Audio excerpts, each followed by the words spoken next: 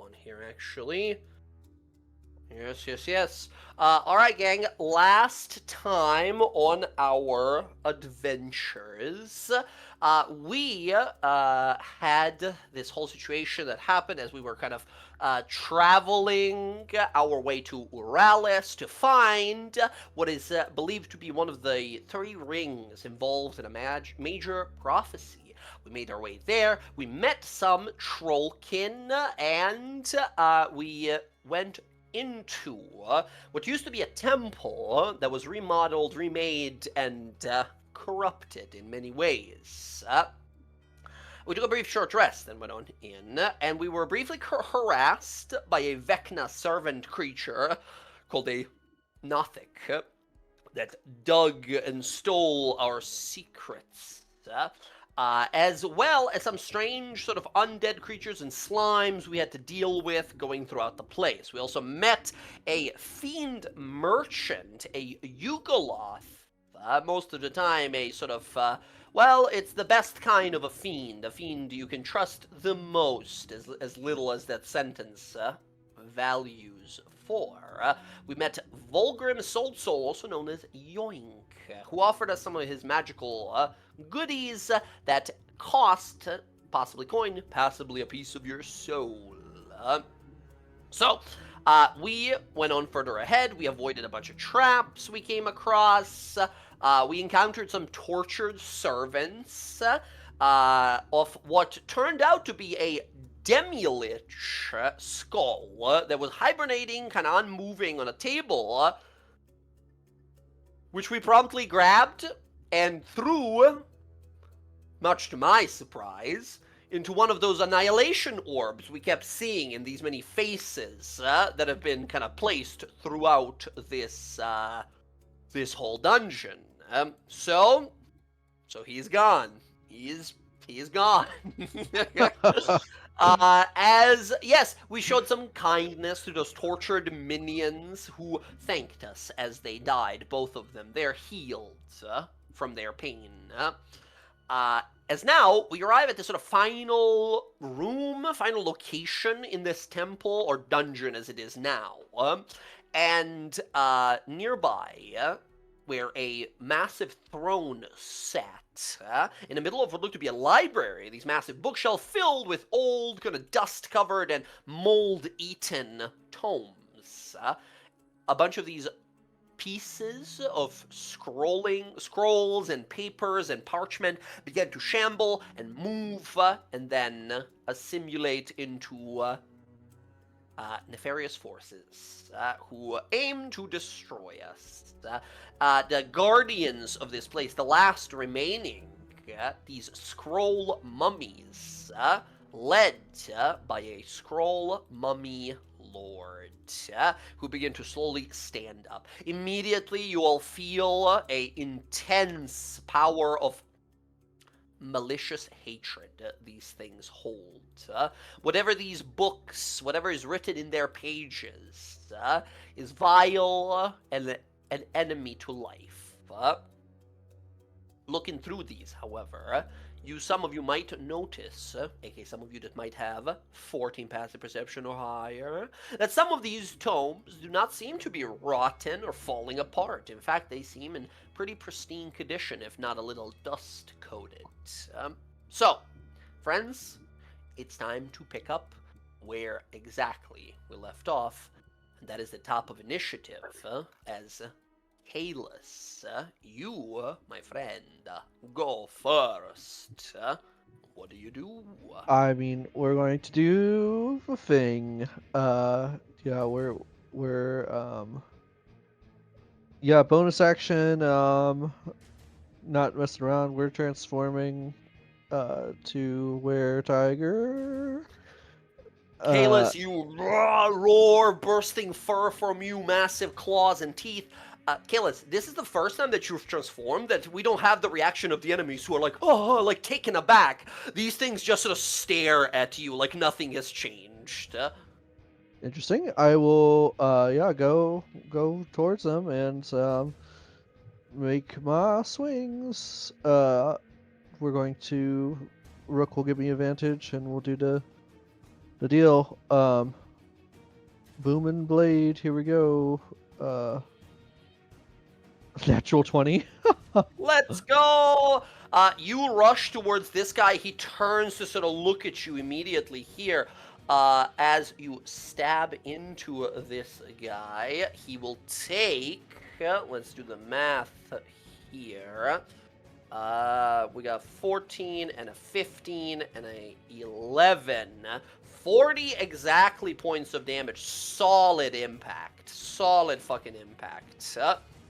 Amazing. Kalis, as you stab into this guy and sort of twist the blade, you watch as it looks down for a moment and then looks up at you, like you missed him, like you didn't even hit him, right? There's no reaction of pain of any kind. As it looks at you, you watch its body begin to unravel and all the scroll casings begin to, like, pull apart, as he's gonna use a reaction. Let's see. He will use his Whirlwind of Dust. This guy turns into dust. He gets +2 to AC, which possibly could make you miss. It doesn't. You still hit him. But the second part says he then teleports 60 feet to an unoccupied location. Each creature of his choice it can see within 5 feet of its destination gains the blinded condition. Kalis, you stab this guy, and he teleports across the room, and he's gonna go right over here to Rodri and Karnak. Rodri and Karnak, both of you are blinded. The moment this guy appears, a wave of dust appears around him, immediately surrounding him, blinding you. You still see the massive wound you struck. It's still on him. Can't quite get to him, but I could get, like... Can you? Real fast. Booming blade and teleporting. What happens? Oh, that's a great question. I don't know. Do me a favor. Click the booming blade thing. I think they have to move, not teleport. I think teleporting is fine. If the creature target willingly moves 5 feet, he did not move. He teleported. Right? Okay, gotcha. But he's still marked with that lightning rune. Thunder. Alright, that's your action. You have your nick attack, but you're now missing foes to strike. I know. Do I go for... When's Kiara's turn? When does all these things go? Okay. I think I have to stay over here, to be honest, especially because we don't have Air with us right now. She's probably Air, by the way, Jess is not around. Air is in the background fighting more of these, but right, she's not going to be a participant in this actual... I guess I'll go to this guy and do my nick attack here. Here we go. 26. 26 hits, 3 points of damage to this guy, yeah. Slash across the throat. You see just dust rolling out. That's my turn. You watch as this thing turns towards you. There is a snapping bunch of sounds as its wrappings and scroll case wrappings begin to pop and like rip away as it forces its mouth open. And you hear it actually say, speaking at you in this like foul, dark language here. As it speaks, does anyone here understand abyssal language? Karnak. Karnak, some part of you, some part that received power from realms beyond. You hear this creature, as it speaks out, you hear it say, "Master's tomes will remain. You will remain." As it just gets ready to attack. Oh, that's not good. Kalis, that's gonna be your turn. It's my go. Yep. That's you. Karnak, before we go to you, I got a bad time for you, my friend. The guy who just teleported in front of you and blinded you is going to use his Glare legendary action. He's basically using this one that says he gets to use his Dreadful Glare on you. I need you to make a wisdom saving throw or take 25 points of psychic damage and become dazed. As he turns towards you, his eyes glow and you feel a racking pain in your mind. I have a question. Yes, sir. Karnak's blinded. Yeah? Can you see the glare? No, it's not if Okay. if he sees you, it activates, not if you see him. Okay. Well, fair point. well, come on. Let's see. Where we at here? 17 is a massive number. That's a very high roll to beat. So this guy is a very scary guy. Yeah, it means I need an 18 or higher. Let's go. I don't remember if you have a Bardic. I That don't was, know. that was before the short rest, so I don't know if I still have it or not. I don't think so. I don't think any of you guys have it left on you. We had it in the fight before outside, but I don't think we had it in here anymore. Especially because, yes, we took a short rest, so even if you had it less than an hour, it would have gone away. Yep. Yeah, so I thought. Okay. Karnak, horrible racking pain, visages and images in your mind of like a whole pathway, like this massive valley that is covered in dead bodies that are rotting away, many of them frozen to death or laying there in pain. You see this unmatched necromancy that rolls across the lands, and the image of it rots away at your mind. You take 25 points of psychic damage, and you are now dazed, which means that, yes, on your turn you have an action or a bonus action, not both, no reactions, and half your speed. Mighty impact immediately against Karnak here. Karnak, now it's your turn. Okay, so it's my turn. Karnak's down to 19, but it's the start of my turn, so it goes up to 20, correct? Yes, you feel that trollish healing that you now have. So, days, I don't get both my action or bonus action. I get one or the other. You gotta choose one, yeah. Okay, Karnak is choosing his bonus action. He's going to use his flurry to make a bonus attack and Flurry attack. Flurry attack, yeah. Do it, Aiming for the guy he just got blinded by, motherfucker. 19 totally hits. Sweet. 10 points of damage. And then we're going to go with addled. Ooh, addled, which says no opportunity attacks they can make until the start of its next turn. Its turn is literally the next one, but yes. All right, no opportunity attacks right now. Who's that Pokemon? Is it the start of his next turn? Darn can't make opportunity attacks until the start of its next turn, yeah. Interesting. So it really doesn't do anything, huh? Not right now. It wouldn't do much. Unless I thought you wanted to move away. That's why you did it. But if you thought it was until the start of your turn, you can pick another option instead. If you're not intending to, like, move away. Well, no. I think we'll do that. We'll addle him, and then I think his other attack will be to grab Rodri and throw him outside the range of the line. Rodri, are you willing to be sort of pushed away?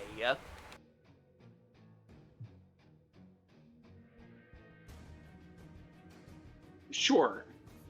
Get out of here!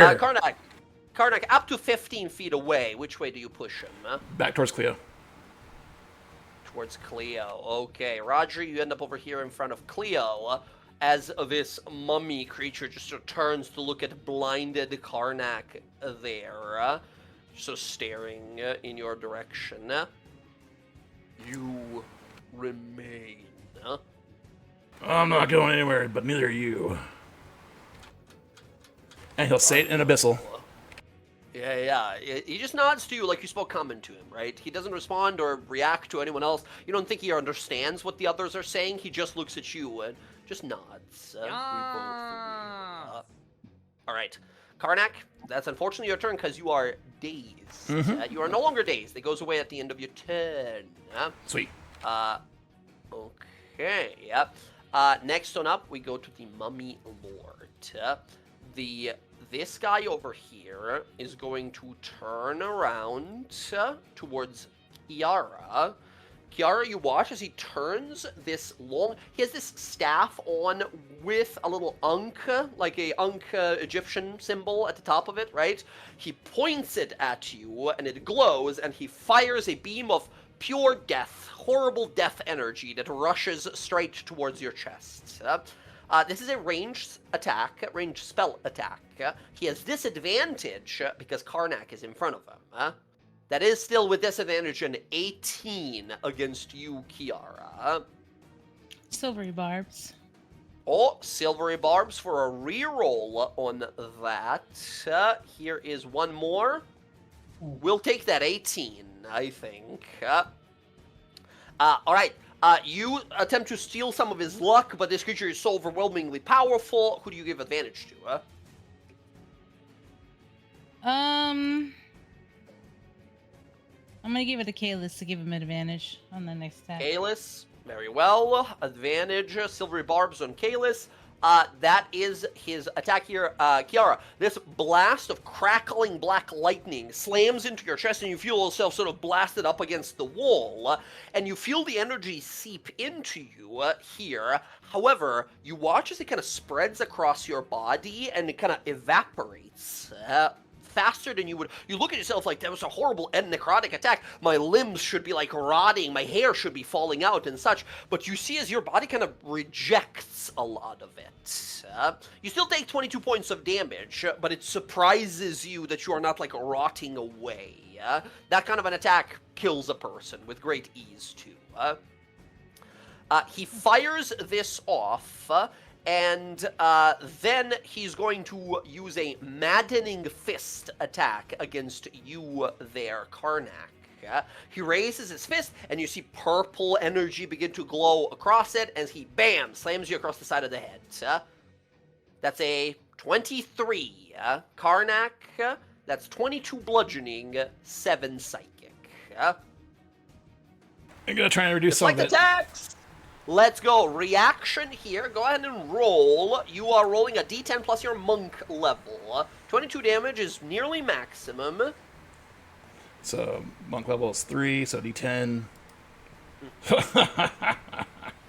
4 plus 3, 7 less points of damage, which brings it down to 15 plus 7 for 22 total. Oh boy, he has 8 Which left. I believe would bring you down. I forgot to take away my temporary hit points first. I still have 10 of those listed. Correct? So Unless you have your orcish ability still? No, he's still got 8 left. Because the first attack I didn't take away from my temporary hit points because I forgot to. Oh, sorry, I thought I was. I didn't know I was muted. Oh. The first attack prior, I forgot to reduce my temporary hit points from 10. So I'm taking right, off this so you one. are alive. I'm at 8. Okay, bad news in addition here. Karnak, as he slams you with this, you watch those flashing images through your mind, and you feel a part of your mind begin to rot away. Gang, a little fun detail about this guy. This is a bad guy. This is a pretty bad guy. Karnak, you are cursed. While you are cursed in this way, you can't regain hit points or benefit from effects of a short rest. And every 24 hours, your max HP will be reduced by 10 until you die. No save, no nothing. You are cursed, right? As he fully slams into the side of your chest, and as you're like, that didn't hurt much, I'm still alive, you watch his black lines begin to grow across your body here as he pulls his fist back. All remain, all rot together. Oh, motherfucker. That is his turn. Nothing happens right now, but you can't be healed, which is very scary. And I think Cleo and Kiara, two of you who have the abilities of healing, I think notice this first, as you maybe instinctually are reaching out to heal him, and it's like your healing spells can't even target him. Like, it's impossible, as this black miasma is now surrounding him. All right. That is the Scroll Mummy Lord, as we go to Kiara.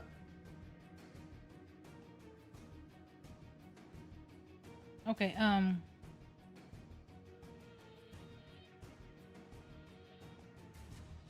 so he can't be healed.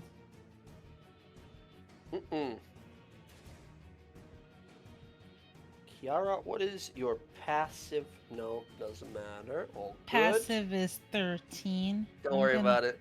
Don't worry about it. Alright, I'm gonna move up a little because I can't see where I am.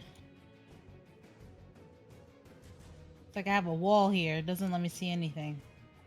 I think because you were standing like behind a corner there or something. Yep. So I have to move There you here go. so I can see. Yeah, you see this guy, Karnak is no longer blinded by this guy's, like, sand teleports, but there's this guy holding this Ankh symbol staff, an enchanted burning purple flame kind of fist. And these other ones, one of the other ones, does look towards you, these mummies, and start going towards you. Okay, besides me, I'm the only one that took some. I mean, Karnak took damage, but I can't heal him. Yeah, maybe, like I said, maybe you, like, try to reach out and there's, like, nothing, as you see this curse that has affected him that prevents him from healing, Okay, I'm gonna bonus action heal myself. Oh no, actually, I'm just gonna Starry Wisp my cantrip at this guy because it's radiant damage. Yeah? At the big boss? Yeah. Okay. That totally hits. 4 points of radiant to this guy. And your then Starry Wisp... sorry, your Starry Wisp should be 2d8, right? Because we are level 5, or above, at least. Let me read it. It's very I believe it gets another d8 at the... It does, yeah. It's supposed to be 2d8. Okay. I'm going to fix that in the spell attack for it real fast. But you can roll it manually. Yeah, thank you. There we go. It's fixed for now. From now on, it should be working just fine from now on. All right, cool. And you toss this out, 8 points of damage. bonus action healing word myself only because. So he was able to hit me with his spell, even though it was around the corner. Yes. Well, he attacked you, and you had half cover, but he rolled an 18, so it didn't matter. You had a +2 to your AC, but it didn't matter. Okay. Yeah. Okay. I'm gonna healing word myself. Cause.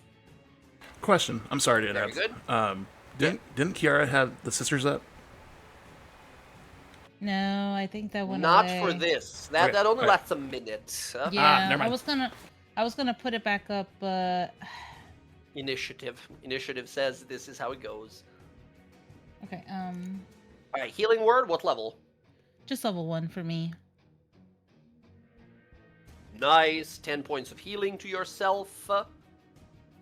As you cast the healing on yourself, yeah, you watch the last bits of that necrosis begin to quickly burn away and disappear. Let me tell you, Jen, this inspiring leader feat, my god, it's doing heavy lifting in situations It like is. this. It really is. That's what So I had good, to do. I had to give myself 10 HP back because I forgot to use my Right. temp HP. I'm Okay, gonna move and then back around the corner. And that's it. Very Did I notice if the radiant damage did anything extra to him? Radiant did not seem to do anything extra. It impacted him, and he noticed it, and it did full damage, but nothing extra. Okay. Okay. Also, I didn't roll initiative again for Tizwin. 14, son of a bitch. We'll have her take her turn now, then real fast. She's gonna go up to one of these mummies and make 2 great sword attacks. She hits both times, doing 18 plus 1, and then 10 plus 5. She does a very significant amount of damage to this creature, where it is now bloodied. Bloodied. It's a scroll mummy. Alright, now we go to the scroll mummies. There's 4 of them here. One of them is going to walk past over here, straight towards Rodri, over here. Kalis, the one is in front of you, going to attack you. This one is going to shamble all the way to Kiara. This one is going to fight Tizwin over there. As they get into positions, we're going to start with Tizwin. Tizwin, first of all, I need a wisdom save from Tizwin. 19, she succeeds. And then 2 rotting fist attacks against her. Both miss. So she has an AC of 18 with her plate armor. Those both miss. But as you guys can see, these also curse you. These are bad enemies. These are really bad enemies. If they hit all of us, no saves included, none of us can get healing. Rodri, we pick up with you. Actually, Cleo, the one that is going for Rodri, looks towards you, and you see its head sort of crack sideways, and its eyes glow red, and flashing images of in your mind of rotting wastelands full of dark corpses.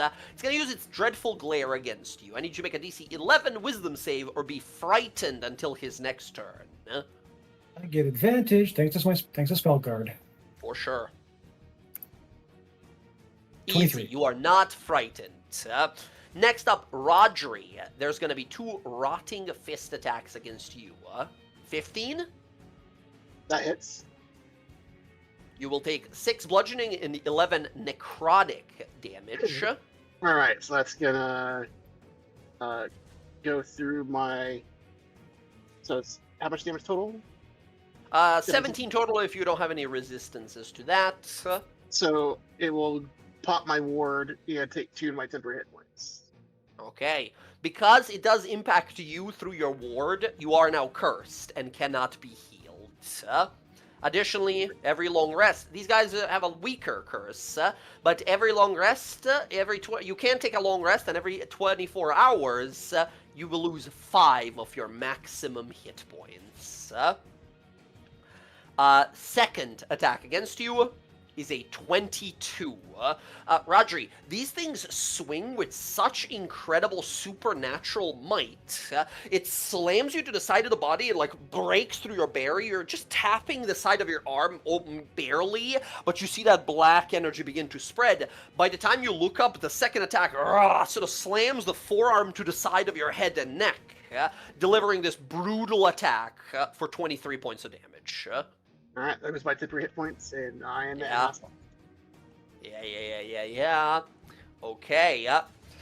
Next on up, Kiara against you. Kiara, I need a wisdom saving throw as this guy stares at you and attempts to frighten you with its dreadful glare. In fact, Kalis, go ahead and make one as well, because the one in front of you is going to do the same thing to you. This is wisdom save, you said? Wisdom save 11. Kiara and Kalis. Ooh, Kiara, you are frightened. These images of death invade your mind, and you cannot look away. I'll use my inspiration. Just so you know, mechanically speaking, frightened condition says you can't get any closer to this person. You're already 5 feet away, so that doesn't matter. However, as long as they're within your line of sight, you have disadvantage on attack rolls and ability checks, is what frightened does. Yeah, but then I can't get around him to get to this side if I needed to heal someone. Funny enough, you can, because the frightened condition says you can't get any closer to him. You are within 5 feet of him. You can go around him, no problem, because you are no further than 5 feet of him. Oh, Right? okay. It's kind of silly how Alright. it works, but yeah, it doesn't really stop you. It's better used when from like afar. So do you want to reroll or? No. Okay, you are just frightened at the moment. Kalis, you succeed. Kiara, one attack against you is going to try and knock you prone, and then with advantage is going to try and slam down. I need you to give me athletics or acrobatics roll. You're trying to beat a 12. Same for you, Kalis. Kalis, you're trying to beat a 7. And what state Acrobatics of? or athletics? Oh, both gotcha. of you. Okay. Nice. Both of you manage to avoid these. However, then both of them just give it a swing. Kiara, swing against you. 15. I think that just barely hits. Yes. Kiara, 5 bludgeoning, 14 necrotic. Jesus. Kalis, Damn. second against you. 17. Miss. Chipping misses. Riposte. Riposte, go ahead and swing. And you get your panache bonus here because he is a single enemy without any allies nearby. So sneak attack. Yep. Sneak attack. Here we go. Short sword. 14 14 hits. That Nice. is 27 points of damage. This guy is now bloodied Nice. immediately. You just run the blade right through his mouth, and it sort of goes right through the other side as you're like, I got him. And you see him begin to reach for the blade as you quickly retrieve it. Okay. That is all the scroll mummies, but you guys look around and realize just how dangerous these enemies are. Cleo, the only person we have so far with a passive perception of 15 or above. Cleo, you see this creature, it glares at you and all those fields of undeath, but your eyes glimmer with light and hope. You immediately see those undead in your mind that you saw around. Wisdom save is successful. You see them incinerated, burning away, destroyed. You blink a few times and realize dry, incredibly dry old paper. Kiara had a good idea, but it's not radiant. It's just fire. These guys can be burnt very easily. Cleo coming back to the battle. She's like, "Don't use radiant damage. Fire. Burn them." As I'm going to reposition myself. 5, 10, 15. See these like black wounds on your allies everywhere. And I'll move it up. I still can't see Kiara or Kalis Yeah. around the corner. Yeah. I'll move another 5 feet. You'll get an attack opportunity. That's fine because thanks to Time Ward, they have disadvantage until my second turn. This is That's still my right, first because turn. you low low. That's an 8. Misses. And by the way, you see it, Rodri and Karnak here. This guy swings, kind of backhand towards Cleo, and Cleo, as you move, you guys watch runes begin to glow across the armor, and this guy, you hear the sound of like the chick, chick, chick, chick, chick, like a clock moving, as this guy slows down for a few moments, and then kind of looks confused at just like what happened to him. 15, 20. Yeah, you're gonna have the same situation as Cleo. She was around the corner and couldn't see people. I don't know if you're gonna be able to see them. If you move up, like to the top right, Yeah. try to avoid the big guy. Yeah, no, I can't. I have to get within 5 feet of the big guy, unfortunately. You could go like here, partially, and then here. and I not try. touch him. I am trying to, but it won't let me. Oh, Yeah, like the map is preventing me from going to that square because I assume there's a wall there, so that's why it's not letting me go there. oh, lets me move you there, but weird. But if I press my arrow key, it's not letting me move. Oh, so- gotcha. It's fine. We can count it as if you went through that square. So that'd be 25, and then I'd move up to here to 30. So it's my full movement. I still can't see Kalis. Yeah, with the light, Or not Tara. quite enough. That guy But- that you see at the very edge there, he's swinging on someone, and you hear Kiara get hit. But just out of your reach. Well, they just need to be within 30 feet of me. Oh. Because if I can hit those 3, I might be able to turn the battlefield a little bit. I'm thinking Channel Divinity. Turn undead. Ooh, yes. Because I don't have any fire. I don't have any fire spells. Mm-hmm. Yeah. I could also do. I don't have. No, I didn't memorize it for this fight. Damn. We haven't learned anything from the Yetis, have we? We're in a big ice area. A lot of things are weak to fire. Yeah. Well, we do have Fire Mage here. Yeah, he's coming up I next. can also make a shit ton of oil. But That's what you're telling me, Jay, right? Since the holy didn't work, not. I'm just gonna have to use oil. Again, it's not supposed to. It's supposed to be like a singular object, not a basket full of stuff Well, like a a barrel singular full of object, oil. one barrel of oil, that's a singular object. Well, it's a barrel or it's oil. I think those are two singular things. Okay, I'll summon oil to be right on top of them. Just spills out everywhere. All right, sorry, Cleo. Turn undead. yeah, I gotta save my spell slots, and hopefully these guys roll bad. So yeah, I'll use my Channel Divinity. Turn undead. Channel Divinity, turn undead. Let's see here. Divine Spark, no. Turn undead. Holy Symbol, each undead of your choice within 30 feet. Amazing. So you do not need to see them. That is 3 of them currently, because you guys are quite separated at the moment. But that'll have to do. Wisdom save for the one in front of Kiara. 22. The one in front of Rodri, 13. Fail. And then the Mummy Lord, 23.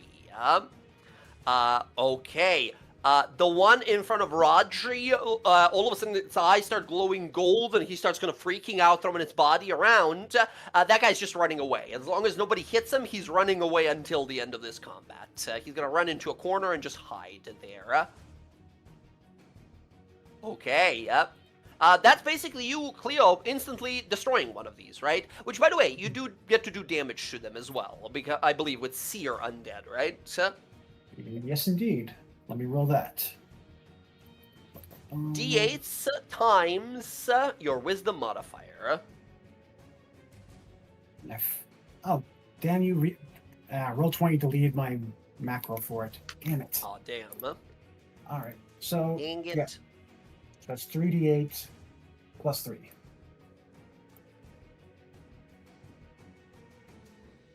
No, I think it's just 3d8, right? It's just a number of d8s equal to your modifier. Oh, okay. 15 radiant Nice. damage. 15 damage that does not disrupt the turn undead effect. Yeah, Roger, one in front of you is just running away, just as he struck you. Okay. Cleo, you deal with one enemy, right? That guy might as well be done with. All right. You need fire. Yeah, I still have my Any bonus bonus? action. Mm. Can I try to... Because I see Karnak's in pretty bad shape. Hmm. Can I try and get the Mummy Lord's attention? Try to focus on me rather than Karnak? How would you do so? You hear him speak some awful abyssal tongue here that grinds at your psyche as you hear it, as you do see him raising his staff to strike him down. I'll try, and maybe it'll identify me as an enemy, but I'll say in Celestial, "Hey, you undead monster, focus on me. I'm a more prime target." Yeah, that'll absolutely do it. He sort of whips his head around to you immediately, and points at you, and says something in Abyssal that you can't quite understand, but Karnak, you hear it say, "Full of life, full of foolishness, you two will be made to rot." And yeah, Cleo, you see it turn towards you, and he's going to start moving towards you when he gets a turn. All right, I look over to Rodri. Burn. And that'll be my turn. He's still covering his eyes right now. All right. Cleo, at the end of your turn, the Mummy Lord is going to use one legendary action. He's going to use his Dread Command on you. Cleo, he casts a command spell on you. I need you to make a Wisdom saving throw. I get advantage. Boom, boom, boom, boom, boom, boom, boom. DC's pretty high. This is... Oh, nice. I was going to say, DC's 17. As Cleo, you realize, this guy's a cleric. This is a death cleric that you guys are fighting currently. 25 is absolutely success as he reaches out towards you, and Karnak, you hear it speak in Abyssal here as it says to Cleo, "Kneel as you die."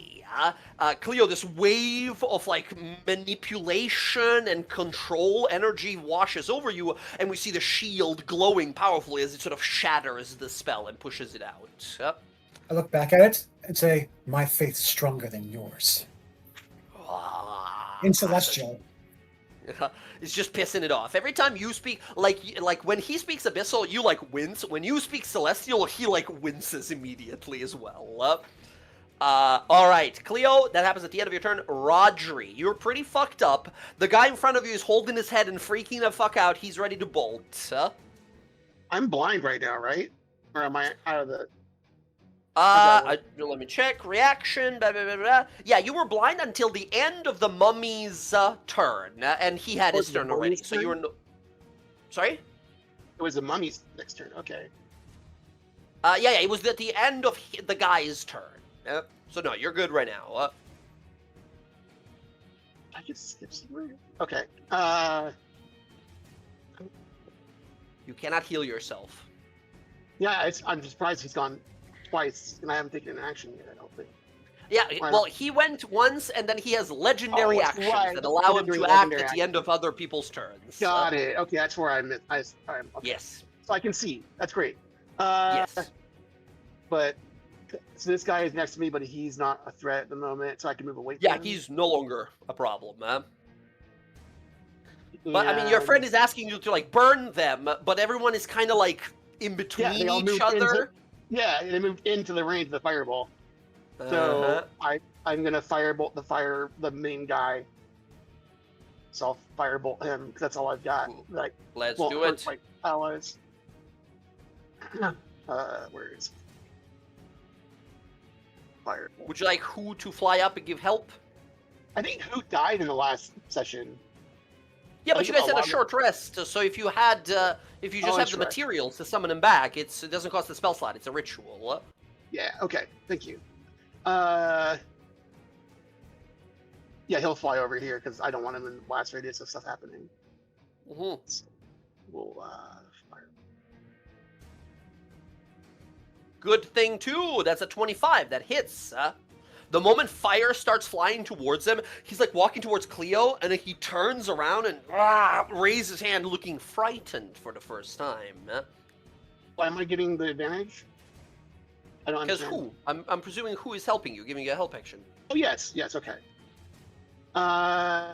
If you wanted to save it and give it to someone else, 11 is gonna miss. No, I'll take it. I didn't realize I could do that. That's fine. Who is helping? Yeah. Who is around always giving a help action if needed, to giving advantage on one attack. Sounds good. Okay, 13 points of fire. Again. Nice. 13 points of fire, but he's vulnerable to fire damage being made of old, dusty, dry scroll paper. That is 26 points of damage to him. He is at the cusp of bloodied after taking that massive crit stab from Kayla's punch from Karnak, and now all this fire damage. Nice. Excellent. So I need to Do you wanna throw some of that Goliath stuff on there, or save it for now? Yeah, we'll go ahead and knock him down. He's not a large creature. No, So we no, will he's go just a ahead. guy. Yeah, we'll go ahead and use Awesome. he'll stumble. Incredible. You conjure this orb of fire, boom, in the chest, he falls down, ignited, trying to put the fire out off of himself. Very good, Rodri. Yeah, it'd be nice if you'd be able to, like, fireball multiple people here, but there's too many allies in the way. Alright. I believe that is going to be your turn, as you realize you cannot be healed. Kalis, before we go to you, he's going to use his second and last legendary action. He's going to try to stand back up immediately. Oh, no, sorry, he can't do that. That's not one of his options. Most monsters have an ability to move in between their turns. Not this guy. Alright. That means we go to Kalis. Okay. Yeah, I think we're gonna try to finish this guy. Yep, he's bloodied. Yeah, so here we go. The whole rigmarole. What, 11? 11 is the AC of these naked Oh, wow. mummy guys. That hits. That is 12 plus 14, 26. 25 hit points remaining. That's a kill. You slash right through it. Nice. I think Tiswin's got that, hopefully. And then I will go and over here. And yeah, we're gonna bonus action attack this guy. Again, it's a nick attack, not a bonus action, but yeah, totally cool. yeah, you know what I'm talking about. I know what you're talking about. Go ahead and make that attack. That's Woo! natural 20. Let's go. For 4 points of damage. Yeah! All right. Which, by the way, yeah, totally is like you slashing the first guy, seeing this guy about to like attack Yara, and his fist gets pinned to the wall as we see you like throw the dagger through its hand as you rush back and grab your dagger. And then I'll kind of like hiss at it, trying to get its attention. So Yeah, you got it. It's a natural 20. It immediately turns to fight you instead. Okay, yep. Very cool, very cool. Yes. Kalis, that's bonus action left.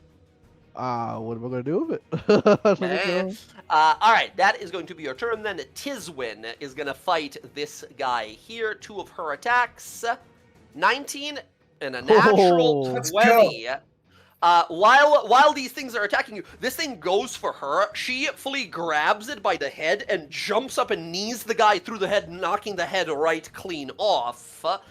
As she's going to spin around, yeah, the second attack is unfortunately needed to kill it off. As she's going to run over here immediately. I'm coming.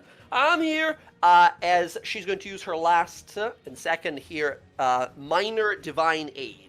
She looks around and tries to like heal Kiara, and it's like not happening as she's confused. She gathers that energy and expels it outward instead. Can she be here? Yeah, she can with enough movement. Cleo is 30, 30, 30. Kiara, Kalis, and Cleo, she's going to bless the 3 of you using her last minor divine aid ability. You guys get the D4s to saves and attacks. Question, DM. Okay, yes. What does Tizwin's bless feel like when she casts it? Tizwin is a follower of the Archheart, the god of sort of art and beauty and magic, the elven god. So as she casts it out, you see it manifest in all these rainbow-esque colors of like water paints that begin to appear along your guys' like skin and almost look like temporary tattoos of beautiful murals of like elven warriors running across a field and fighting dragons and all these like epic historical elven moments. That just like empower you a little bit. All right, that's our turn. 2 attacks and a bonus action. Last use of that spell, Karnak. You got. You're no longer dazed. You cannot heal. The big bad is in front of you, prone. Oh, it's prone. Is that up? Is that advantage on him? That is all melee attacks have advantage. Okay. Karnak is gonna move down 1. Okay. Okay. He's going to take his attacks on this guy. Because why not? Go right ahead. Go right ahead. 20 hits, 10 points of damage. 20 hits again. 1 point of damage. Right, because it's the nick attack. Right. Wow. You roll the 1 and re-rolled it into a 1. Sometimes, hey, doesn't work out. Flurry of blows, first attack. Flurry of blows. I love this little change in tactics here, knowing that enemies won't do. They mostly do that psychic damage. You don't need rage. You just gotta beat them faster. Nice. 16 does hit with advantage. 16 is the AC of Sweet. this guy. And then the last one. 12. 12 is going we'll to go be and, last one. we'll Misses. go and, He's now bloodied after the 9. we'll go ahead and re-roll that one. Just for funsies. Reroll, okay. Inspiration reroll. 16. 20. Very good. And Hits. then- Yeah, 9 more points of damage. Then we're going to punt him while he's down. Yeah, you got 2 of these options, right? Which 2 would you? Because you hit him with both flurry attacks. Well, he's already toppled, so we might as well do addle and push. We're punting him away 15 feet. Nice. He needs to make a strength save? Yeah, strength save. Here it is. 18. He's not going anywhere. He blocks. He like grabs the tiles on the ground. All right. But he's addled, so no reaction. Cool. Neither does the one in the bottom left of you have, because he's turned. Right. Rodri, he's down. Burn him. All right, and that's Karnak's turn. Just as you say it, you see this thing grab the ground, begin to pull himself up again. He's gonna stand back up on his turn here. He sort of spins to look around. There's this kind of there's a sort of a haze to his look where he looks kind of tired and kind of out of it. You see this creature looking at all of you, but he almost is like woozy and kind of weaving back and forth, like he's about to like fall over by himself. As he turns and roars and unleashes some bad magic.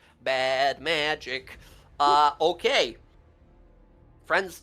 I'm about to do something that's gonna feel really mean, and one of you really won't like me. Okay. can Cleo get the full brunt of it because she did draw his attention? You absolutely will. Yeah, you absolutely will, my friend. Instead of making his like multiple attacks, he's going to cast one of his spells. He looks to you, Cleo. His jaw clicks and sort of breaks open, and he begins to move, and you guys begin to hear a buzzing sound. And you all watch as thousands upon thousands of wasps begin to exit his body and encircle Cleo from all sides, biting and stinging with all they have.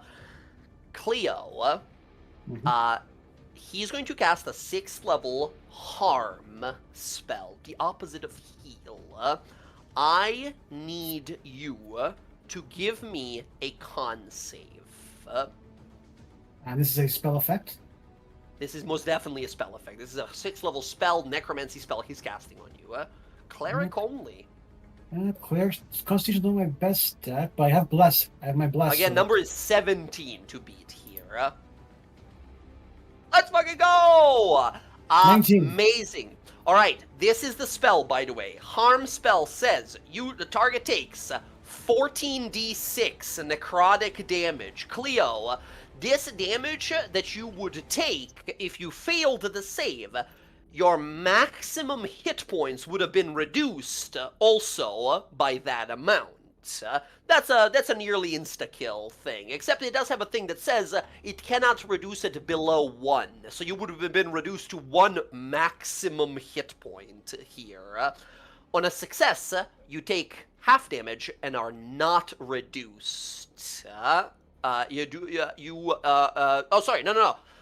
Hit point is a maximum amount equal to necrotic damage it took. On a successful save, it takes only half damage.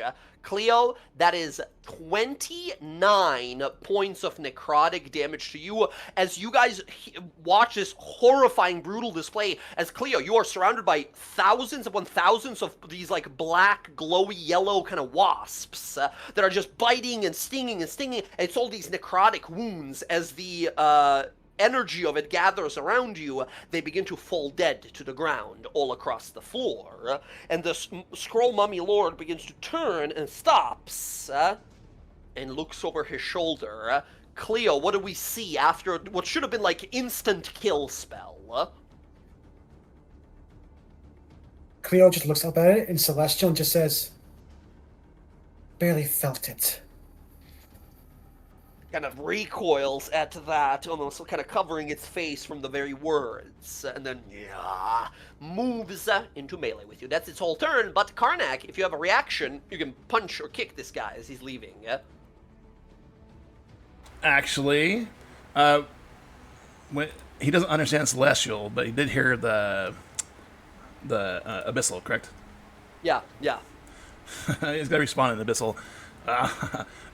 Don't underestimate her. She's tough, that one.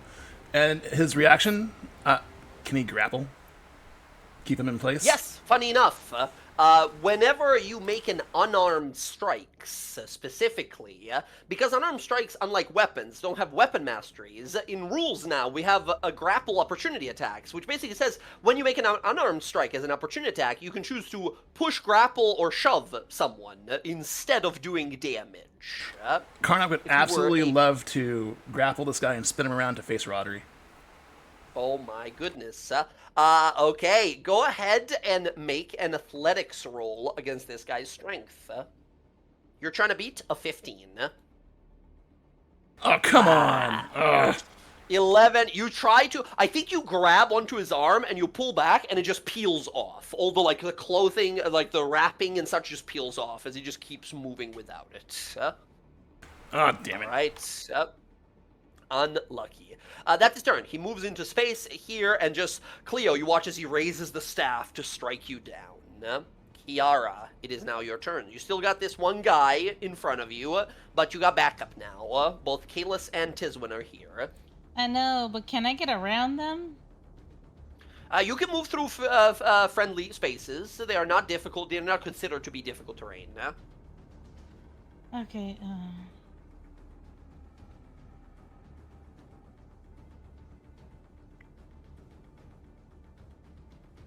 Okay.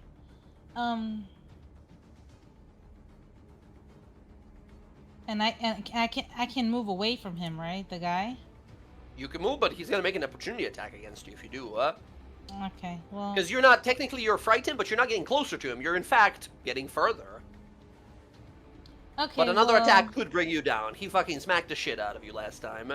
I do see that Rodri's coming up, and I do see that Cleo is coming up, and I know that they don't have any fire. Well, I know she doesn't have fire spell, but I do have in my The bags. oil. Crude oil. I do have it, and I will chuck one of those bitches at him. What? What are you talking about? I have some oil in my bag, and I'm gonna throw it at his ass. Well, okay, but oil doesn't ignite automatically. You need something to ignite it with. I know, but I do. Oh, you know what? Yeah, but they have something. Yeah. Well, we're hoping that Rodri hits these. I swear to God, here. y'all motherfuckers don't use fire. I am gonna fucking take a fire spell my next fucking level up, because I'm sick of this shit with the Fireball fire. bard. I'm taking it. Something with fire. Yeah, even a... Would you like to take? You have some vials of oil, right? That's what you have. Yeah. Okay, so you can only throw one at a time, right? It's like with one of your attacks you throw one, but you're a bard, you only have one attack, right? Yeah, I only have one. Right. So you can throw this oil. You are basically tossing it at someone, and they are making a Dex save against the flask, like basically the splash that it makes. Okay. The DC is 8 plus your dexterity plus your proficiency. What is your dex? My dex is at 2. Yes, I have a 14. So it's a plus 2. So, yeah, so it should be a DC 13 dexterity save for this guy, yeah? Dex save, 12! He fails! Splashing oil covers him here. Incredible. Oil, mechanically speaking, a single thing of oil. If the target takes fire damage before the oil dries up, which is after 1 minute, the target takes extra 5 points of fire damage from burning oil. But because he's vulnerable, that's going to be extra 10 points of fire damage. Okay, he's coated in oil. Still looks confused at what just happened to him. I know. I have a torch, but I don't have anything to light it, so it doesn't matter. Yeah. So, you said that I cannot be healed also? Yeah, because you got hit by the guy as well, remember? Every time these guys hit you guys, healing is gone. Can no longer be healed. That's why they're so dangerous, because we only got 1 health bar to deal with them. Alright, I'm gonna give a bardic inspiration to Rodri so he can hit this thing. He might be far? 60? He's 65, Is he? He's actually exactly 65 from you. Alright, then it goes to Kalis.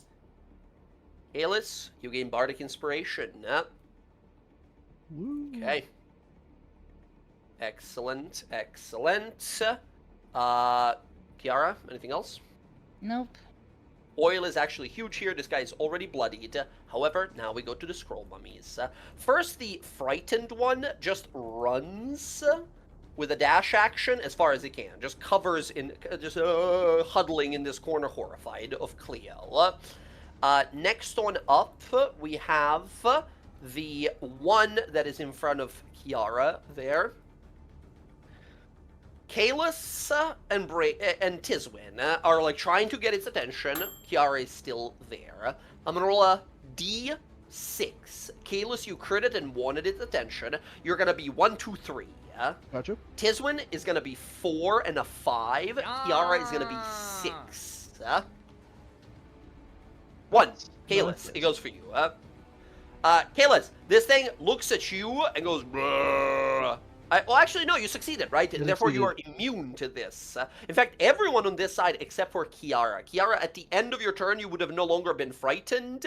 This guy's gonna aim this at you again. Kiara, I need another wisdom save to see if you are frightened again of him.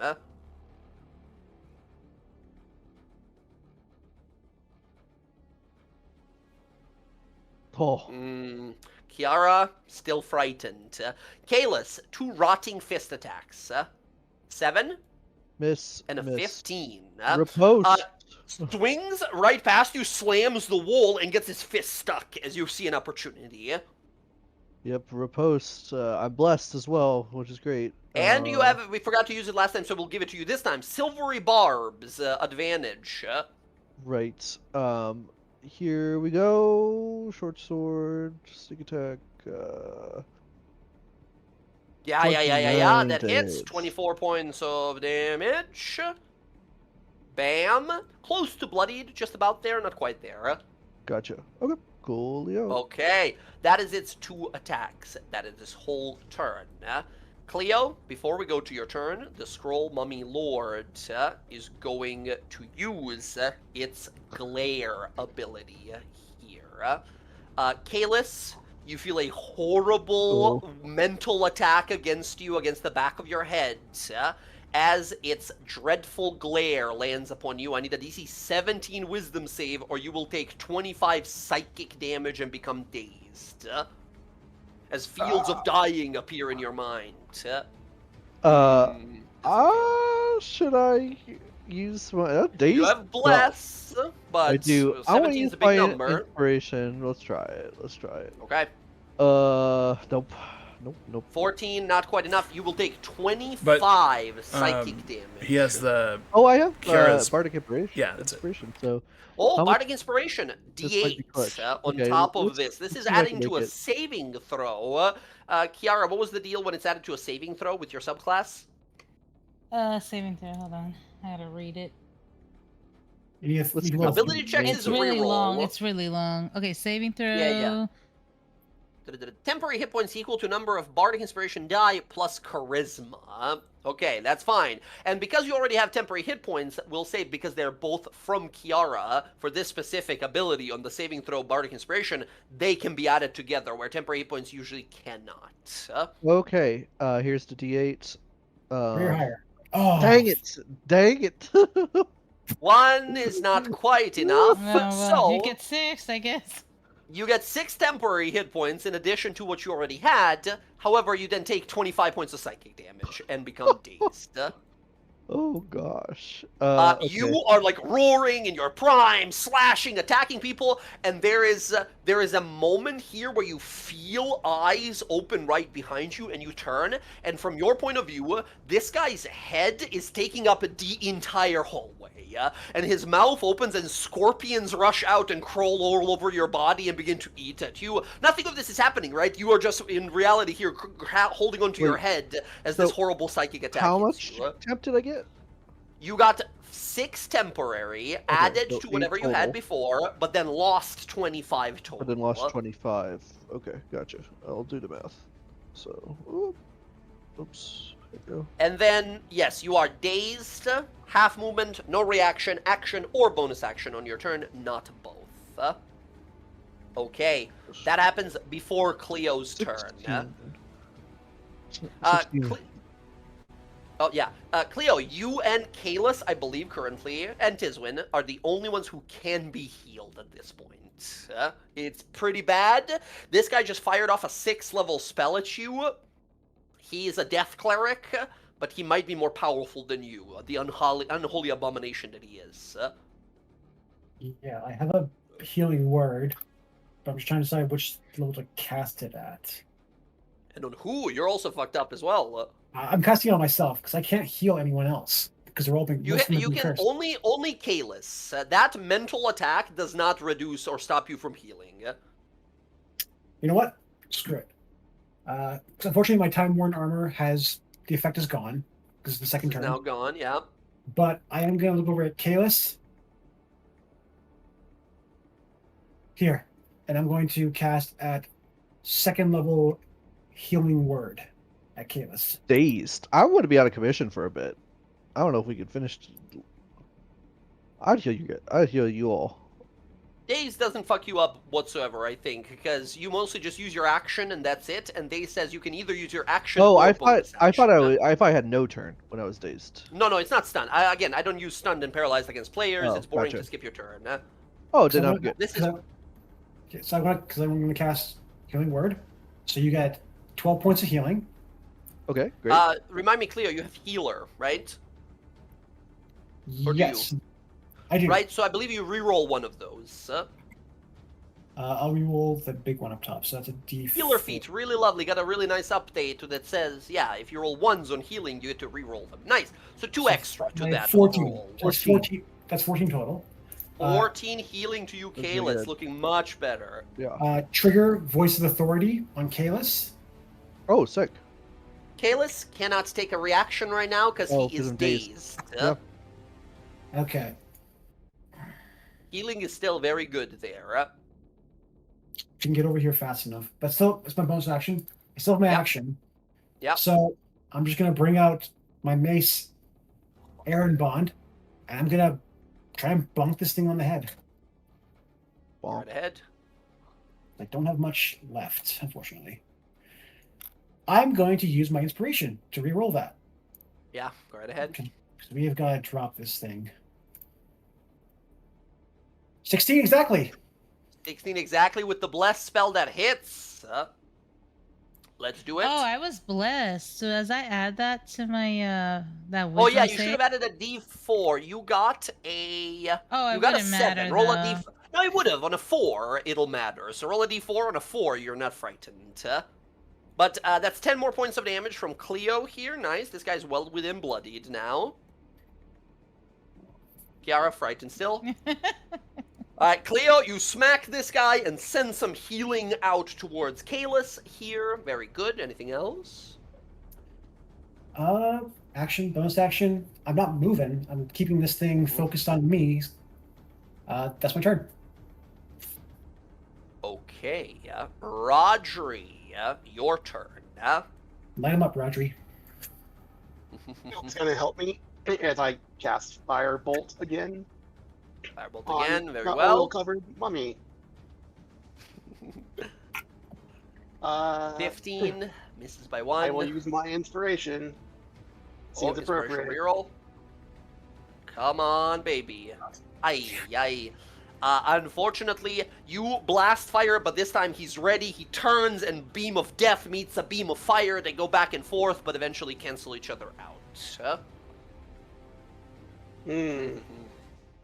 Not good. Okay.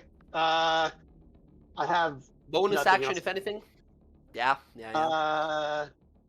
You know what? What kind of spell is this? What is this? Bonus action.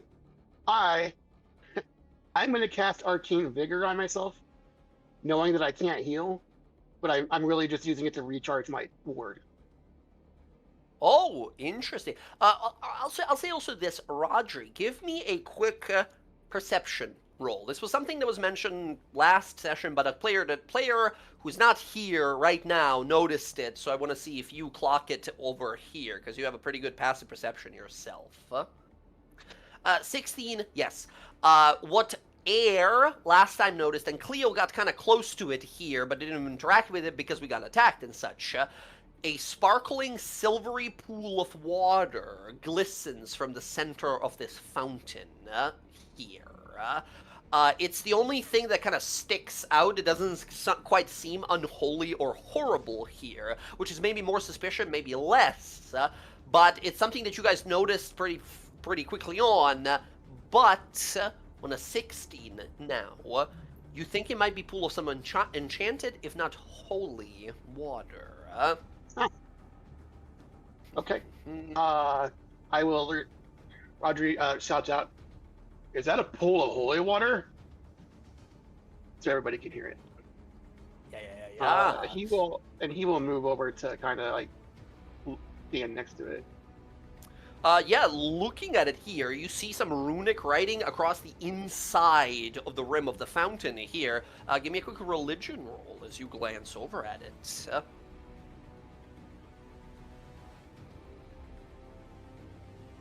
24.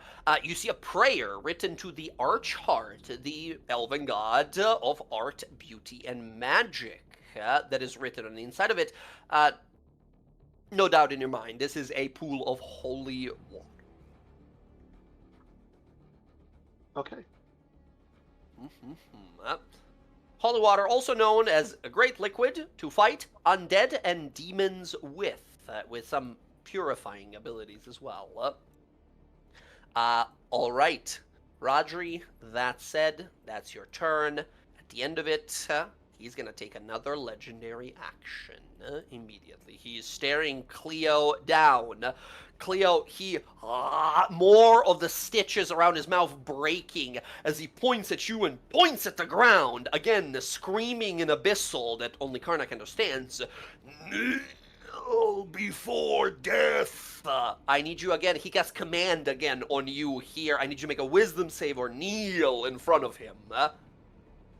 Guard. Let's fucking go. You are fully immune to his command spells. He cannot tell you what to do. You are fully immune to that effect from now on. That's right, Cleo. Never kneel to fear. Your faith He is sort of weak, steps back. non-existent. Your faith is weak and non-existent. You see his face, eyes kind of, the skull begins to kind of shake in confusion, and the flickering evil red light begins to dim a little bit as he backs away, and he says, of course, like, Karnak, you hear him say, impossible. As, yeah, he's just taken aback, stunned. He's scared of you. Kalis, you're hearing Karnak like ad-libbing, like translating these languages as a celestial speaker and abyssal speaker are just like yelling at each other, and neither seems to understand, but are both like affected by it. What the heck? It's is your going turn on? now. This is above my pay grade. Someone fried your brain and then immediately healed it. I will try to put this thing out of its misery here, so we can focus on the big guy. Here we go. Rook, guide me. Here we go. Boom blade. Delio. 20 to hit. 20 hits, With easily. Lots damage. Nice. 11, 26 damage. Single digits, still alive. Okay, well, hopefully this does it, because we're going in with our Nick attack. Which, by the way, that's so funny. You can Nick attack because it's not a bonus action, and it's now part of your main action instead. Right, that's true. Funny how that works. It's Vex, so I do have, All right, thank God. I was going to say, natural one is the only way to miss this thing. Yeah, 3 more points of damage. Alive. With a singular. No way! This is the third time you've done it this campaign. You slash across its chest and then stab it up the chin. The blade exits the top of the skull, and you see it begin to reach for your hand as you're like, "Come on, man, just die!" As it's still standing there. I looked at Tislin. She's like bringing that gigantic sword down on him. All right, Kalis. At the end of a turn, you are no longer dazed. That's good. Okay. Bam. Oh, I didn't put the bless thing on you. There we go. All right. Next up, we go to Tiswin. Tiswin is looking around at you guys. Look, everything's looking kind of scary. She swings a big sword at this thing. Yeah, it's such a big sword, she flips the broadside and hits him like a baseball and sends him flying down the hallway here as it falls down dead. Kalis, she sort of looks to you and says, "You got her? You got her?" Yeah. Okay. She runs over immediately towards Cleo here and is going to make that second attack. 12 is going to miss, however. Oh, sorry, no, she is no, she could not have blessed. She blessed the 3 of you guys, so she is not blessed. Okay, Karnak, before we go to your turn, last legendary action for this guy, he's going to make just an attack here. He gets his horrid strike, and he's going to make a maddening fist attack against Tiswin here. 15 misses her. Good God, that could have been bad. Karnak, it's your turn. This guy's bloodied, but he's not given up yet. All the other ones are dead. I'm glad Karnak isn't raging right now. So what he's going to do is use his Step of the Wind for his bonus action. And then he is going to use his action to light his tinderbox. So basically, he's going to run up, light the mummy on fire, and dive away. Oh, like as an action, you're going to light him up? Yep. Oh my God. And dive away. You light him up. Go ahead and roll 1d4 points of damage for lighting him up. That's fire damage, basically. 1, which is doubled to 2. However, he also takes 5 points of damage from Kiara's oil. So 6 doubled total to 12 points of damage to this guy. And now he is set on fire. Friends, burning is a new condition in D&D. When you are burning, at the start of your turn, you take 1d4 points of fire damage. He is now set ablaze.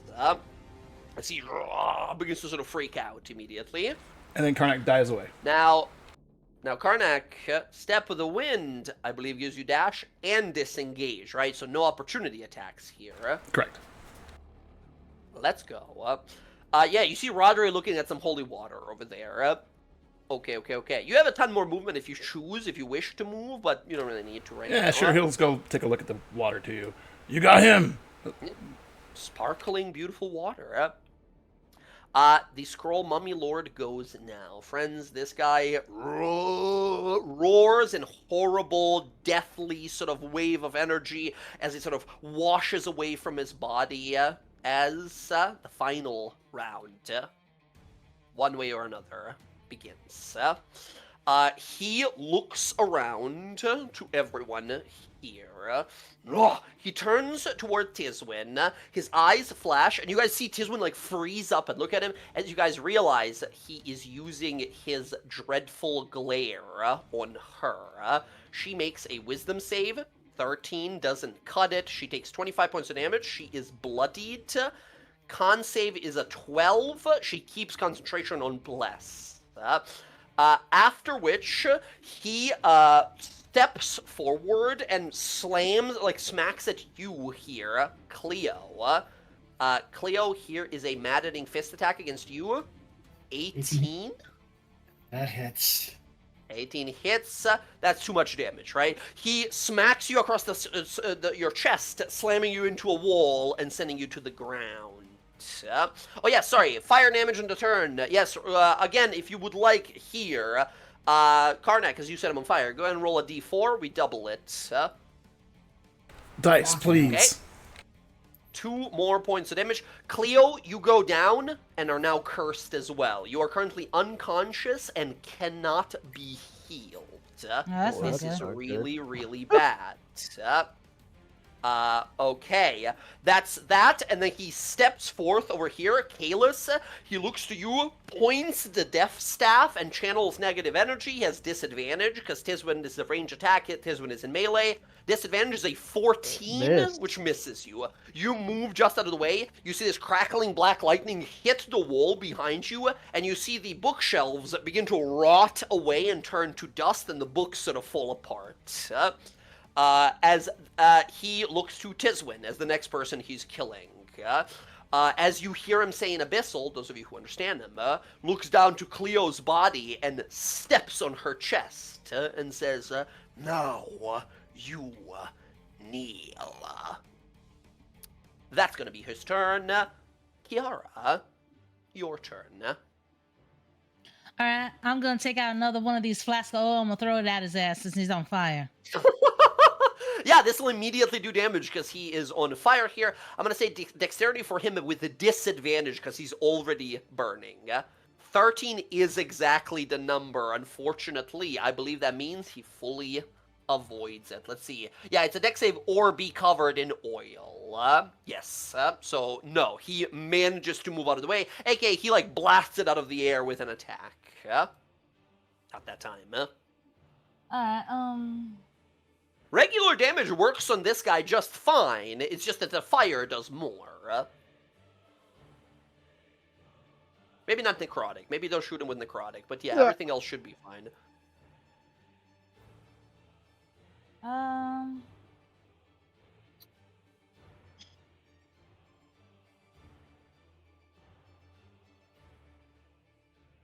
I think this is a bonus action. Let me read.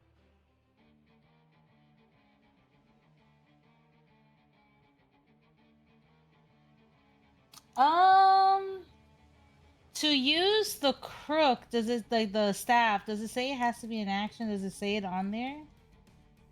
The coiled crook? Yeah, I can't read it. Yeah, it's check it out. It basically just says you can bonus action like loosen and stuff. However, you can use it to cast rope trick, like you As would a usually bonus cast that action? spell. No, as an action. You could just use it to cast it as that spell is normally cast. The bonus action part is either being a rope or a staff. So it'd be an action.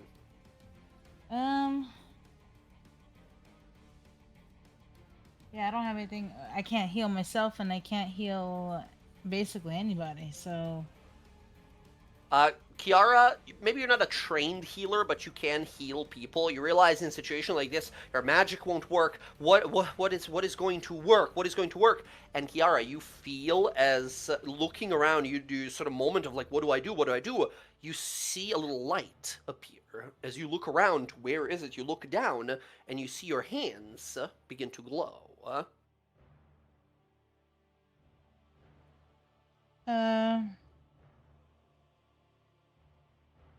do I know? I wouldn't know what's going on, right? You have no clue what's going on. You have no fucking clue what's going on. It's just that in this moment you're looking at Cleo. There's no answer, nothing. You can't heal her.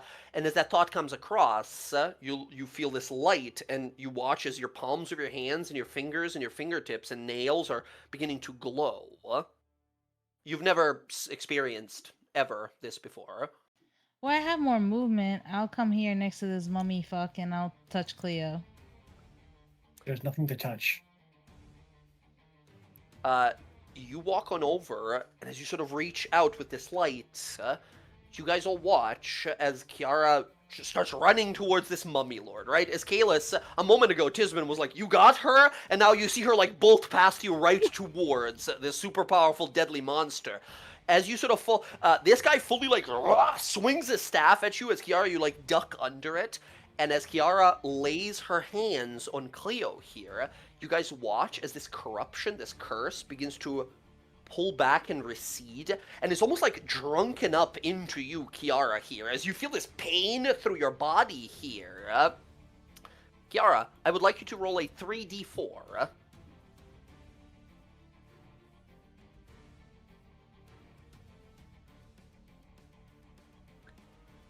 As you guys watch this light in her hands, Kiara, it feels extremely painful and extremely confusing as you almost pass out from this.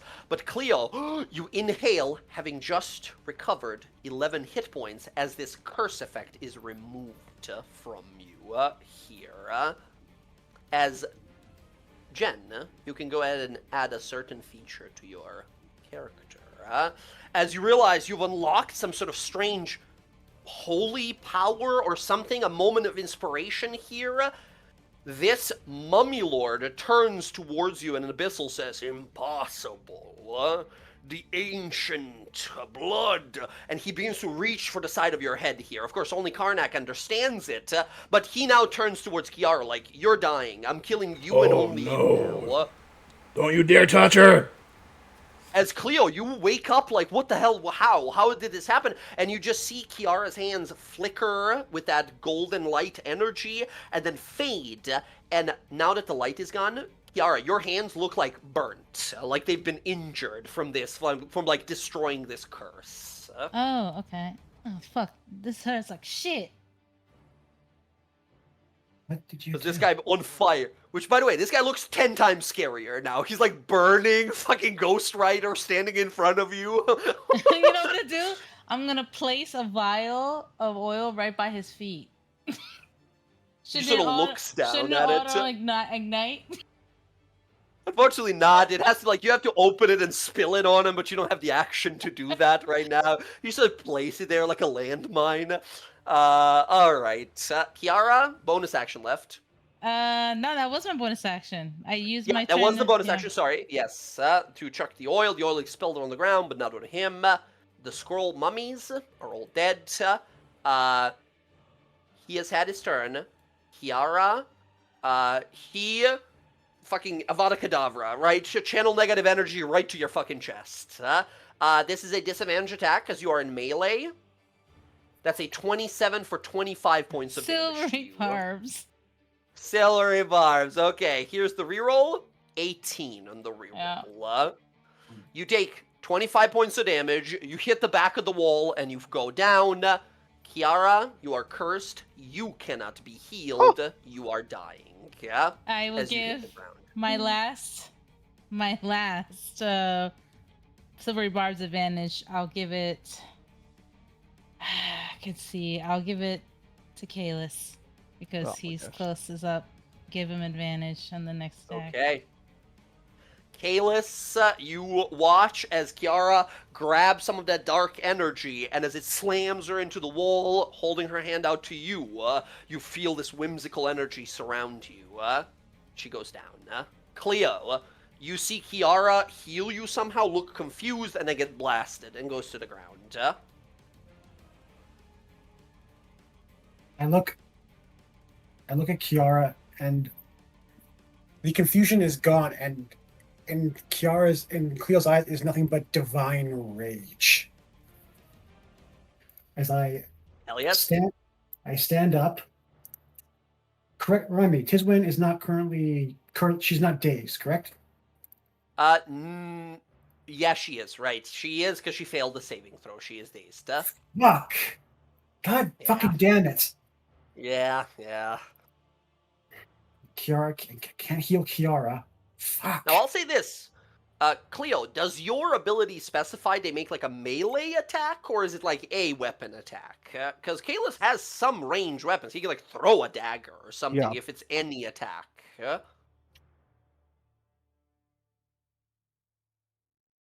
me take a look at One weapon Hold attack.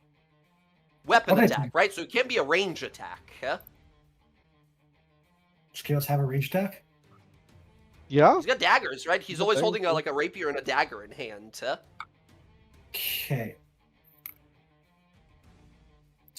Now he can't be healed, but you do have other spells. Yeah. Cleo, you can also be healed now. Yeah, I know. But I can't trigger a voice of authority on myself. That'd be awesome if I could, but I Okay, command myself to go. Yeah. yeah, no, I have to save my third level spell. I can't use that right now. So I've only got a first level spell. So I will target 330 feet. I can only target 2, but I'll target Tiswin and Kalis with my bless. Oh, awesome. I'm already blessed, Nice. but Yeah, I get you're what only trying blessed, to which bless doesn't stack, but it doesn't matter here because Right. Cleo just needs to affect you by her spell to give you that voice of authority, yeah? Nice. Voice of authority, I imagine it's going to be Kalis, right? Yes. By the way, Kiara's not dead. She's unconscious. You can affect her with bless if needed. You know But what? you only Sure. get 3 people, I believe, at first level. Yeah, no, I'll target because bless can also affect death saves. Absolutely true. Yep. So Kiara, Kalis, and Tiswin with my bless. Everyone but yourself, gotcha. Mhm. But you already have it from Tiswin, okay? Kalis, if you have a weapon in hand, if you got your dagger in hand, you can let that thing fly, yeah? So it has to be something on me. I can't like take out my gun and shoot him, right? I will allow you to drop your weapons on the ground to grab a ranged weapon, no? Why Because not? you need like a... Okay, gotcha. So, rapier goes down, pistol comes up, huh? The mummy lord, this ancient thing, looks over like, what the fuck? What the fuck is that thing? As you pull out a gun, just point at him. I technically get sneak attack if I hit, right? So Yeah, you do, because there's a Yeah. bunch of allies nearby. You have Silvery Barb's advantage as well here. okay. All right, Alakablam. That hits. That absolutely. What think you will do with such a bomb? Blasts open the top of his head as he grabs for the missing chunk. Like, what the fuck was that magic? All right. Jeez, good roll on the sneak attack was 666. Yeah. Nice. Amazing. And that, with 32 points of damage, Kalis, how do you kill the Mummy Lord here? Silver Barbs, Voice of Authority, Bless, Spell. Your allies going down. Everyone's in a bad shape, wounded, cursed. We will all slowly waste away to this curse unless you land this shot. You go for the pistol. You begin to level it. He begins to wave staff. Mouth opens. Insects, scorpions, and flies and maggots begin to all crawl and fly in your direction. What does the kill look like?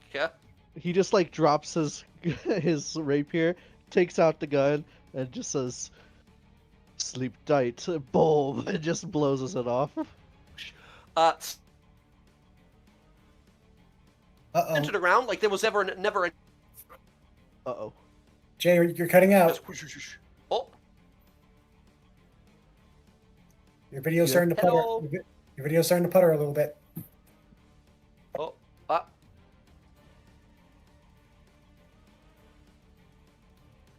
You are frozen. You are frozen. damn it, son of a bitch. We can hear you. Looks like it's coming back. Oh, you can hear me? Yeah. Hello. Yeah, what Hello? dramatic timing. What the hell? The Mummy Lord says, and then dies. As he falls backwards, falls apart into scrolls and dust left on the ground as combat is over. All of you look around, friends. We remain in initiative until such time that Kiara is stabilized. Kiara cannot regain hit points. I think Cleo, this happens on your turn. Bless spell that you cast out. Mhm. What now? We're still in combat. Well, because Kiara's bleeding out right now. And she can't be healed. Usually we would just heal her and be done with it, right? But we can't heal her right now. Holy water? I don't know. If it's my turn still, Yeah, you have a bonus action and movement left.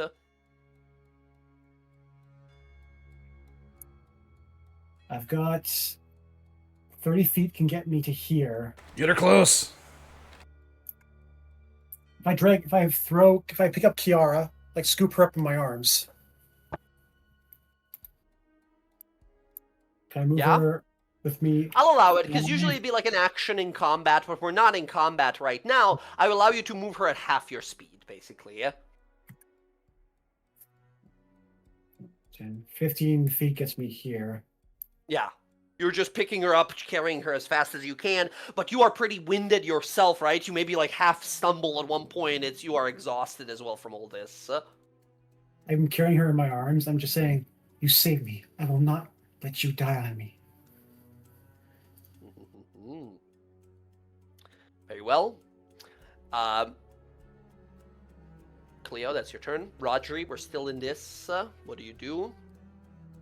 The fight was brutal, that enemy was insanely powerful, and our ally might still die to this curse. What is to be done? It looks like they're coming for the holy water. I'm surprised. Anyway, so Rodri's gonna test it first, see if it does anything. He's gonna take a handful of the holy water and put it in his mouth. Rodri, you reach into the water, and the moment your skin touches it, you feel a cool, rush through your body here. Make me a quick intelligence saving throw. This is not against anything bad. In fact, it's against something good. But I want to see if your mind reacts fast enough to realize what this is. I think this is a save, right? Yeah, there is. 17 is exactly the DC here. Rodri, you touch this water, and the moment you do, you feel this holy pure energy, the only thing that wasn't corrupted in this ancient place, begin to cure you of any of your illnesses or curses or weaknesses instantly. And you feel that it's using all of its potency to do so. If you touch this water and continue with your hand inside of it, the curse will be removed from you, and the magic of this holy water will be expended. I pull my hand out. You quickly, fast of mind, your body commanded to react. You do not use up any of its holy energies. Only one gets cured from this. Only one gets cured from this. He'll tell the party. It Give it to will remove the Kiara. I can heal her if she's cured. Actually, yeah, I guess I would take my action, right, to do that and understand what's going on. To like examine it, right? To make a Yeah. study check, what it's called in D&D. Okay. Then my turn is effectively all I can do is move. I can't really assist anymore. But at least now we know. Yeah. So- All right, Kalis, you land this shot, smoke rising from the barrel. The mummy monster is slain. You see Tiswin recoiling, still holding her head like, oh, trying to figure out what just hit her. As you see Cleo desperately carrying Kiara. You see black lines begin to spread across her face. I mean, what do you do? I don't know. I mean, there's nothing much I can do, to be honest. I can move and help Cleo, I guess. I don't know. I don't know how much movement you have if you can like take her and continue to carry her. So I got 35 feet. I have a movement speed of 40. I could I take her the rest away if I was? You have an action to like pick her up. I could, and then I have my bonus action dash, right? So Yeah, Cleo, if you let him, he's got bonus action to dash. He might be able to make it there. I think I would be able to make it. Seeing that Kalis is much faster than her, she hands her off to Kalis. Get her to the holy water, quick. I got her. And Kalis, then- you pick her up. Her hair sort of falls across your arms as you see her sort of unconscious, dying light slowly fading away. Yeah, you bring her over as fast as you can into the water and just like lower her into it. Yeah. You gently sort of push her into the water. The cold spreads across, and you guys watch as this water begins to glow with this magnificent golden light. As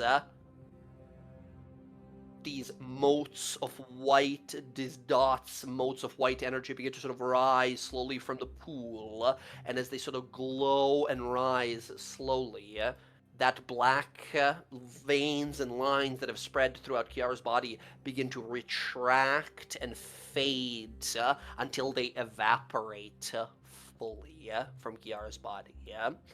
Kiara, you are effectively a greater restoration has been cast on you.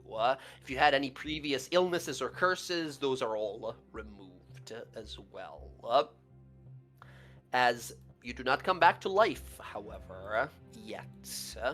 Tiswin is dazed. She just spends her turn holding her head. Karnak, the curse is gone. She can be healed now. Oh, you don't get to go anywhere quite yet. You got stories to tell, Kiara.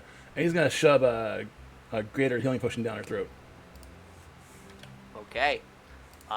44 plus 4. As Kiara, you wake up coughing up a bunch of these this herbal taste in your mouth, this menthol herbal taste as you spit up some of the healing potion. Plus 4 to that, so 13 healing to you, Kiara, as you awaken. And the glow that the water had previously fades away. Just ordinary water now. Okay, and you said And then 13? You said 13? And then we shoot this guy in the back of the head 5 times before he has a chance to attack us. There's a guy who's been frightened this whole time in the corner. He's a non-issue at this point that we have all regrouped. We have a whole minute to deal with him. 13 hit points to you, Kiara. You recover. Initiative is officially over. And all of you have officially leveled up. How many of us are still cursed, though? I know Karnak is. All of you but Kiara. Everyone. Goodness. I'm cursed? All right, you didn't get hit. My bad. You didn't get hit, and Cleo got cured. Cleo's okay. Yeah. So is it just Karnak? No. It's gonna be. It's Rodri as well. Rodri got smacked as well. Jess wasn't here, but these creatures kept attacking. I'm gonna roll 3d20s, and if any of these are 16 or above, she's cursed as well. 15, she's not cursed.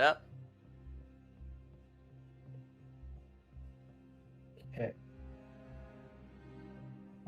Question for the DM. Yeah. If we leveled up Mm-hmm. and I When we level up, do we also regain all of our slots back? And Not yet. Basically, you guys will level up fully when you take our next rest, right? But this is the milestone. You guys beat the boss here. Okay. I have a plan to get rid of some of the curses. Rodri starts looking at all the books that survived since the threat is over. Looking around, most of them are destroyed here. You will realize you have, some of you that have them, have these curses now on you and cannot restore hit points, but they're not acting right now. Rodri, a skilled expert in the arcane, this must be some sort of curse of wasting, which means that probably slowly over time it'll kind of dissolve you and turn you to dust. So a remove curse spell would be quite useful. Rodri, amongst the tomes here, you only find 2 that are not fully sort of rotten through and destroyed. They both have a magical sort of essence and runic writing across them, meaning they're both magical items. But it'll take like an identify spell or something to figure out what exactly they do.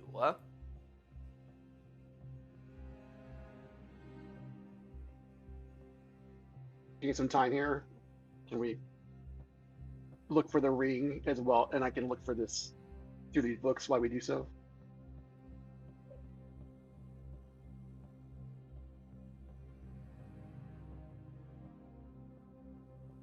Yeah. Yeah. So Rodri will sit down and start staring at the books and casting his rituals to read them.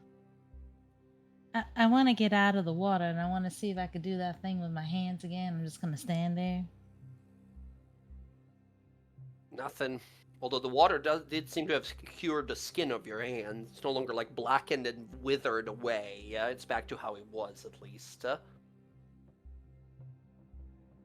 Kara, what was that? You. I have no idea. It did burn the Hey. hell out of me, though. My hands were all burnt. I was dead. At least I should be dead. Well, Aren't you already dead? deader. Oh. Well, I have no idea what it was, to be honest with you.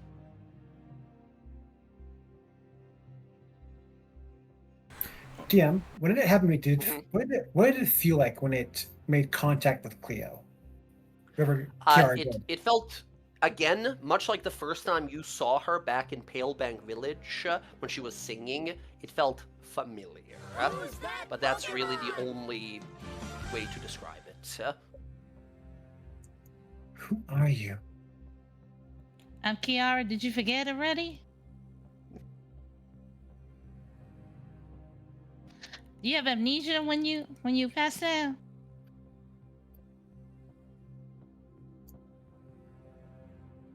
I'm just glad you're okay. I'm here. You're not okay though. Look at your skin. It's got all these black lines on it. I'll be fine. So we can deal I with don't think so. Kiara, Yeah. thank you. And Cleo's gonna come up to Kiara and just give her the biggest hug. Oh, all right. She'll give a hug back. She then proceeds to lift you a foot off the ground. Oh, it's been these big hugs. It's all right. I mean, I wasn't gonna leave you there.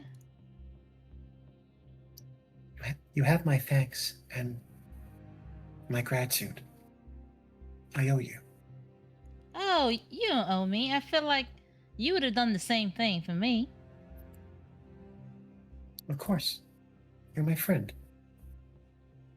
Yes, that's the reason why I did it. I don't want to see anything happen to you. That's why you don't owe me anything.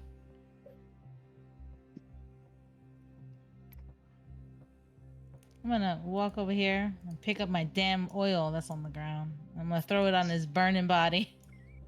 It's just dust at this point, just a pyre left there. Now it's gonna be all sludge with some damn oil mixed with it. Yeah, it bursts a few times, big bursts of real- fire, but yeah, no, he's gone.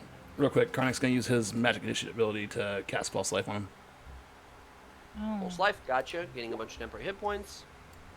Nice. is that gonna help you? It'll keep me up for a while.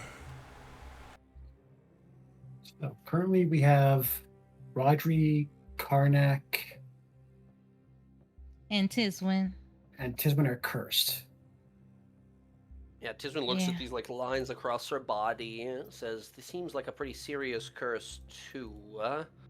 Shit, I don't know how exactly it works, but I'm certain that the High Priest Edbris will be able to remove this curse, whatever it is. He is exceptionally powerful." I can remove curses. Oh, I well, there we just go. don't- That's even better. It's just that the law bearer hasn't given me access to it. I need a rest in order to be given access Right. to it. Prayer. Right. I've been learning about that as a fledgling paladin. But Okay. for now, we're still in a pretty dangerous area, and so currently it's just myself, Kalis, and Kiara that are not cursed. Yep. I have one more spell that I can use to heal the three of us. As she points to the room down the corridor, the ring is in that room, and we should. Were we only trying to get this one ring, or was there a couple of them here? Just the one.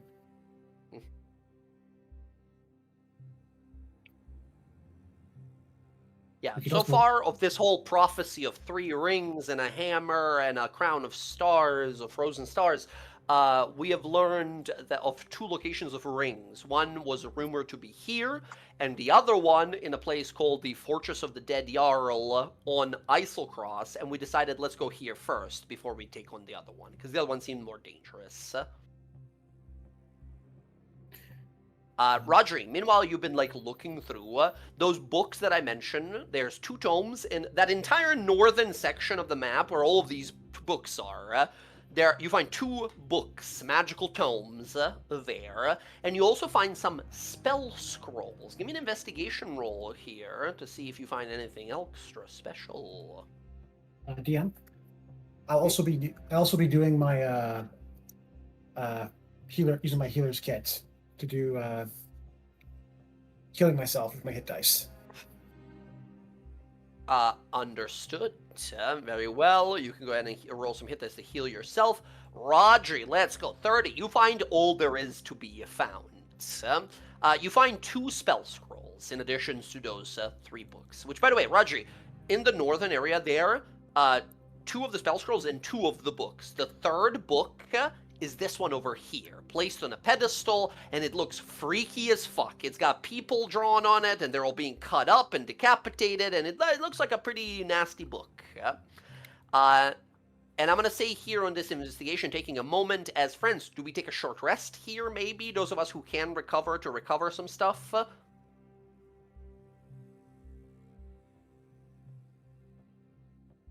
Or should we just keep trucking, I vote yes to the short rest. I'll give you time to do this.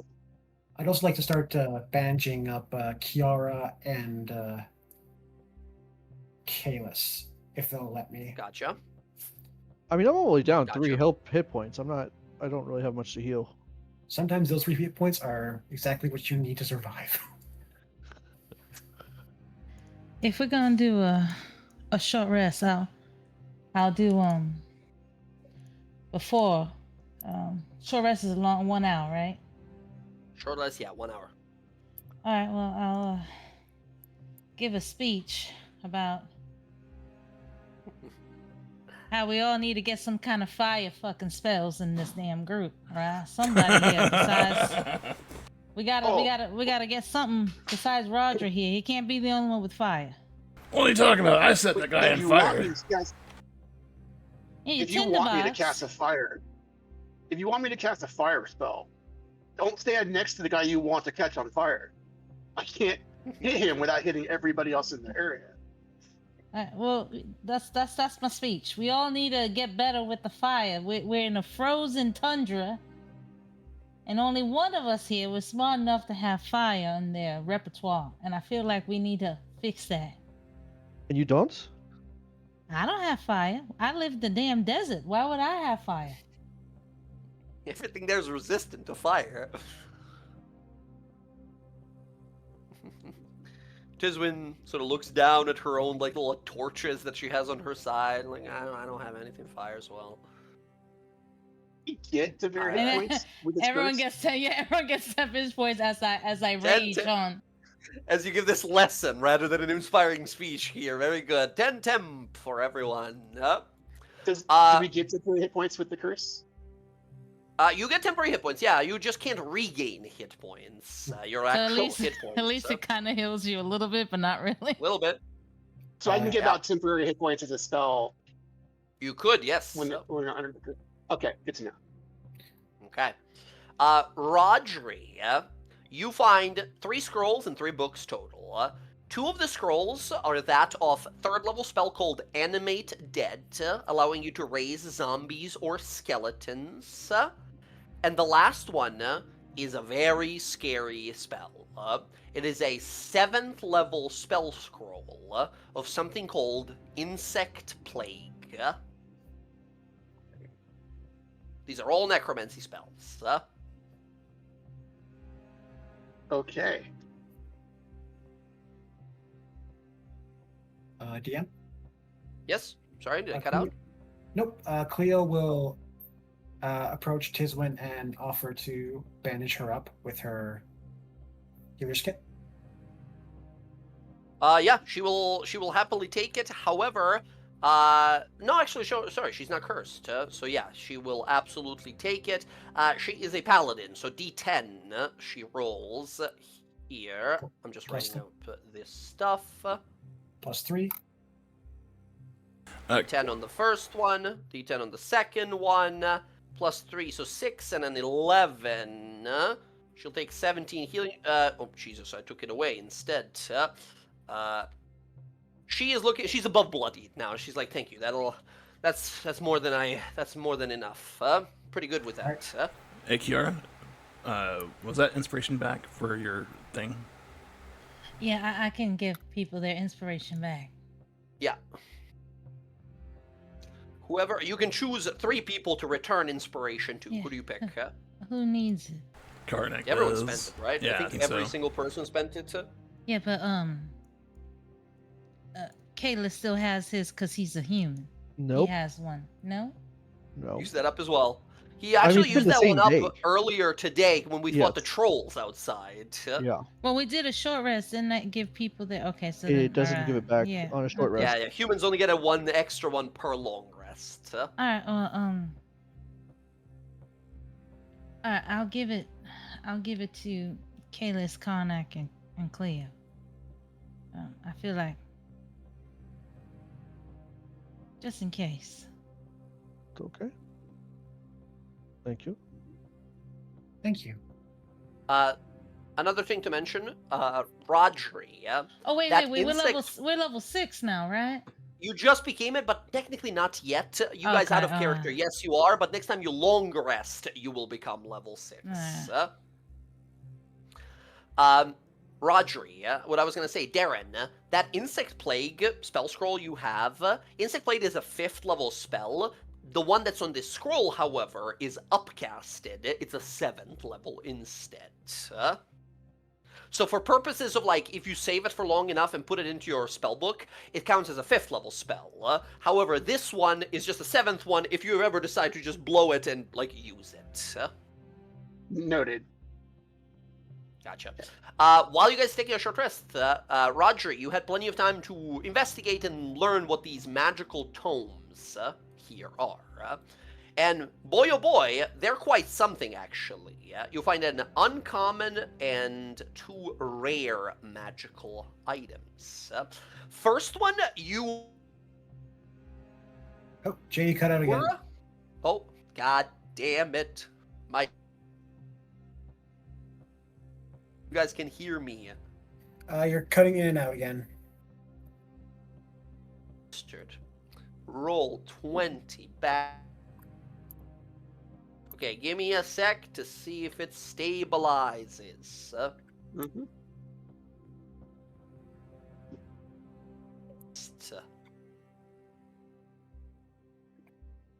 cut out again. Oh, and we lost video. I'm gonna video see if that. Oh no. Yeah. It's really bad, Jay. It's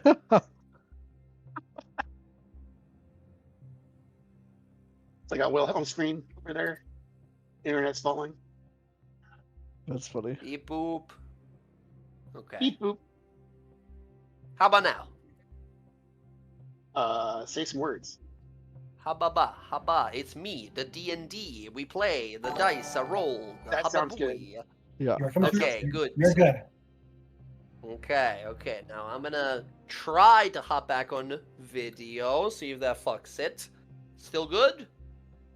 You're a little laggy, but I can hear you.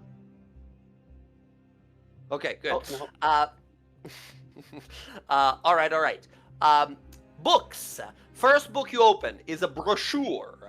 It has a bunch of weird prices everywhere across it, and you see a bunch of different valuable items, all kinds of gemstones and art pieces and all kinds of things like that described in it. Roger, you've never seen a magical item like this, but it's very useful for future shopping. This is something called a Librum of Evaluation. You can grab this thing and any gemstone or art object you have, and within 10 minutes of searching through the book, you'll magically find it, and you will learn the exact price of an item, like an art object or a gem. That's And interesting. funny enough, it keeps up every day. It updates itself with current latest prices. It's the stock market book. Wow. It just knows. It's magic. It just knows. That's funny. That is the first thing. That's the first thing you find, the Librum of Evaluation. It is a non-attunement uncommon magic item. Oh dang, that might Next be good. one. Yeah. So next one, by the way, Rodri, this one is like, that's fucking annoying. We found the Dragon Slayer after we killed the dragon. You find a tome of undead slaying in here. This is a magical tome here. It's a rare magical tome that you attune yourself to. And if you do so, you basically learn a specific knowledge of how to fight and hunt against specific kinds of monsters. While you are wearing this tome, while it's on your person, you're attuned. Your attacks count as magical against such creatures. You have advantage on any checks to recall or track these kinds of creatures. And once per turn, if you miss an attack against such a creature, you can re-roll it immediately. Additionally, each tome exists for each kind of a creature. Monstrosity, ooze, dragon, undead. Has a special feature against those kinds of creatures. This is an undead slaying tome, and it says you gain resistance to necrotic damage, and your hit point maximum and ability scores cannot be reduced by undead creatures. Again, it's finding the Dragon Slayer after you've killed a dragon. You're like, alright, I guess for next time we fight a dragon. But yes, this is a Tome of Slaying, yeah? And best to your knowledge, Rodri, even more powerful tomes, like very rare or legendary ones exist, and they often have multiple creature types that they are capable of countering all at once. In fact, in the future, if you are able to find more of these tomes of slaying, you can put them together into one big tome that will affect multiple creatures. It's neat. That is the second item we find. And the third one is the weird book with all the graphic designs of people being like cut up and reassembled and all kinds of necromancy across it. Rodri. But Rodri also realized, oh shit, this one is only for me. This is a rare magical item, only attunable by a wizard, called a Librum of Souls and Flesh. It's a necromancer's delight. Every necromancer across the world would love to have this magical item. First of all, it's a spell book that has all of those spells automatically already inside of it. Animate Dead, Circle of Death, False Life, Finger of Death, Speak with Dead, Summon Undead, and Vampiric Touch. All of these spells are written in there, but of course you still need to be a high enough level wizard to spend the spell slots to cast those spells. And additionally, it has 3 charges it can magically use, and regains 1d3 per day. First ability of it says you can spend a minute and spend a charge to replace one of your prepared spells with a necromancy spell that is yours that is not prepared, right? And the other one says, as an action, you spend a charge and take on a semblance of undeath. You look like some sort of an undead creature for 10 minutes, and during that time, undead are indifferent to you. They believe you to be one of their own, and don't pay attention to you. If you like damage them or force them to make a save, the effect goes away and they figure it out. Okay, well that's creepy. A necromancer's spellbook. Which I think immediately, Roger, makes you believe, like, shit, this guy that was here, he probably was a mortal for, like, a long time. Before he became an undead, and was probably using this book to have the undead not attack him. Yep. This, I think, with how high you've been rolling those intelligence rolls, Rodri, with, I believe, Cleo, who briefly saw it, and Air, who briefly saw it, telling you that in this next room where the ring should be, there's a big old mirror out there, and we were told to look out for mirrors. You immediately think to yourself, if I were a pretend undead, would that mirror even care? Interesting. In that These are the 3 case- magical tomes we find. They're going to be in our magic items folder in the miscellaneous subfolder. Does anybody want any of these 2 books, or the Homo Slaying or the Librum of Evaluation? I'll take the evaluation one, please. Thank you. Very This well. one doesn't look like an evil book. It's just a magical sort of book, blue covers with golden sort of lining across it. It has a little symbol of scales upon it with a bunch of piles of gold on both of them, and it seems to be semi-animated where the scales kind of move back and forth, measuring what looks to be a pile of gems and jeweled and like a beaded necklace on one and a bunch of gold on the other, and it's just sort of measuring their weight and value. It's gonna be great for trying to get like stuff at the vendors and stuff. See how much I can get things Bitch, I know for. the retail price. It says right here. Yeah, go ahead and mark down. You have the Librum of Evaluation. If no one else does it, I'm gonna go ahead and attune to the Tome of Slaying. Mm-hmm. Does anybody else want it? Doesn't seem like it. So. Okay, I will attune to it. Roger, mark down.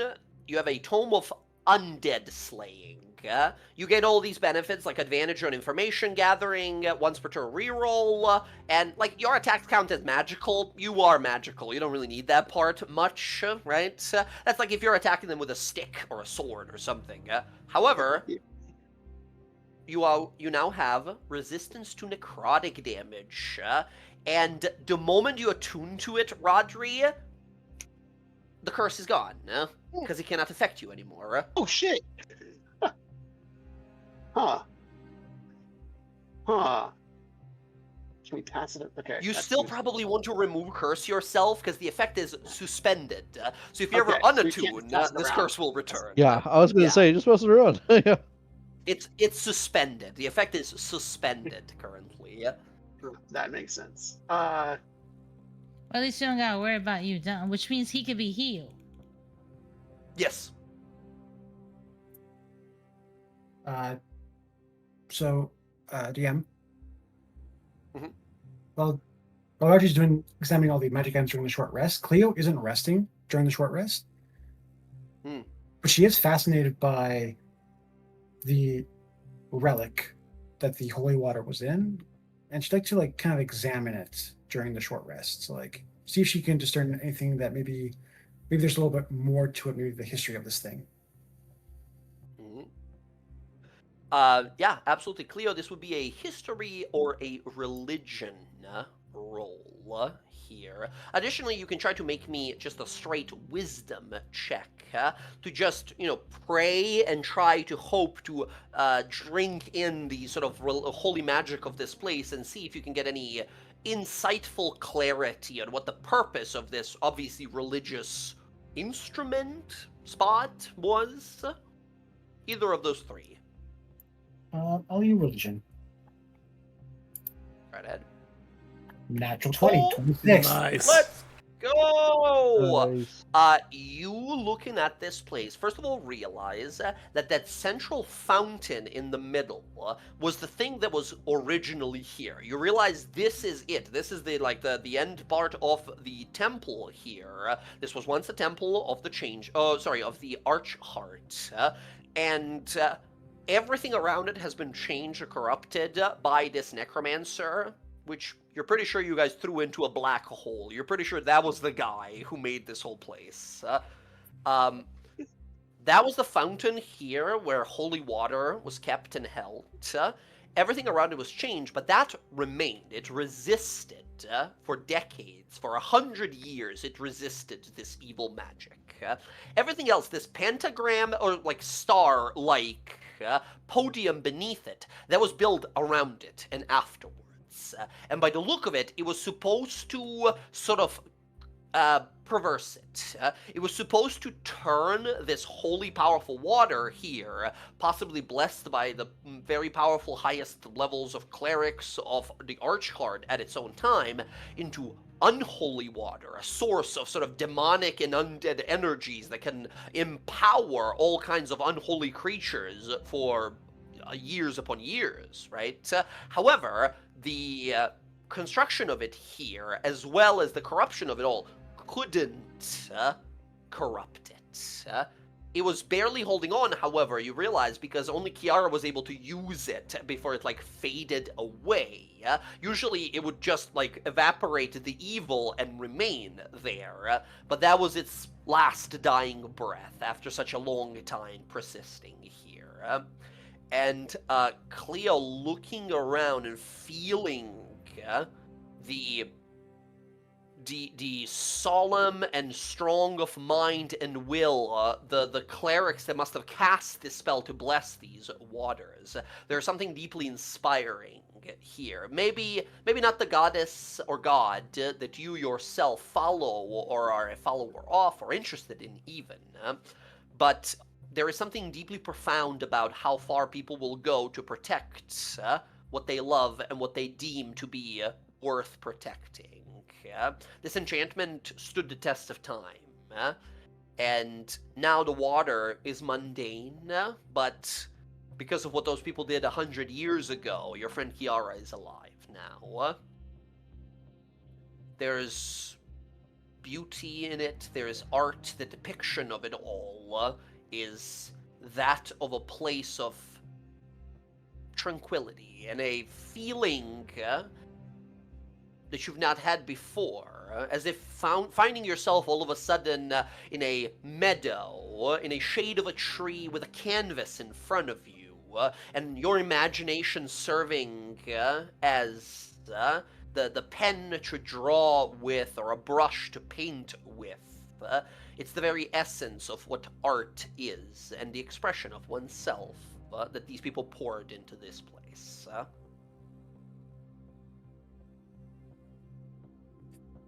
I think a single tear will kind of roll down Cleo's face because she's never imagined anything. She's never seen anything that beautiful before.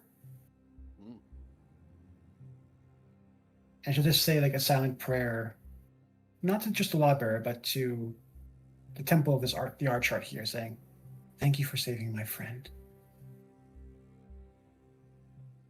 Yeah. You see Tiswin nearby. She's not getting all of this that you're getting. You're much more in tune with divine energies than she is. She's just kind of looking at it, and she has this look on her face of it's weird. It's almost like it's familiar. As you see the symbol of the Archheart around her neck. Yeah? But she's just sort of kind of looking at it, paladin in training, right? She's kind of looking at it, kind of like she's feeling something, but doesn't quite understand it. As she hears you say that, she kind of looks back and kind of kneels to it, and you see her begin to kind of speak a small prayer. I think I'll approach Tiswin and just say, "You have a good god." Oh, thank you. Very new to this whole god thing. I've only been training with the high priest for like a year and a half, maybe at this point. Ever since I became Tiswin Brave Pass. So, yeah, it means a lot coming from someone like you. Oh, I've only been awake for a year, but this is all I had when I woke up. And she'll kind of gesture towards the ancient holy symbol she has around her neck of the lawbearer. This was all I had when I woke up. I've kind of seen something like that before, but the one you have is like from a different region or something. It doesn't look. I've never seen one like that.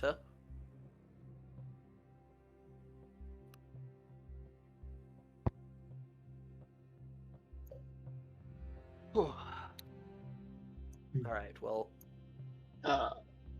Kiara, can you help me for a second? All right. And Rodri is going to bring Kiara down to the corpse of this thing. Hmm? And he's going to spend a charge from the book to swap a spell out for his first level spell slot and cast Speak with Dead. Yeah. The thing that has fallen sort of off his head at this point. Again, you see a person with all these studs across their face. This torturous existence they had, as they stir a little bit, and you see the eyes open, light in their eyes, only brought forth by this spell you've cast. The eyes sort of glance about, confused. What is this? Well, I brought you back to help the person who ended your suffering. And I look at Kiara. Can you help us find what we're looking This is the for? one that Air helped, but yes, same notion Oh, here. yeah, You could same have been, difference. you could have Yeah. been with the other one. You could have been with the other one this whole Yeah. time. Yeah. He Uh, will look on up and kind of see Kiara, and I am first hoping of that your you 5 questions, he says, "Yes, I Yeah, I will." made that mistake. Yeah. What is in this room? And I point, or what is in that room over there? Who's that And I point towards the Pokemon? one that we're heading into. Sort of, his eyes kind of slowly move across, looks back. You see a sort of kind of getting his teeth, pushing his teeth together and kind of scrunching up his nose like a child who just got bumped a few seconds ago and is just now reacting and it's about to cry because that's its instinct rather than it's in real pain. Kind of shaking his head, says, "Bad place.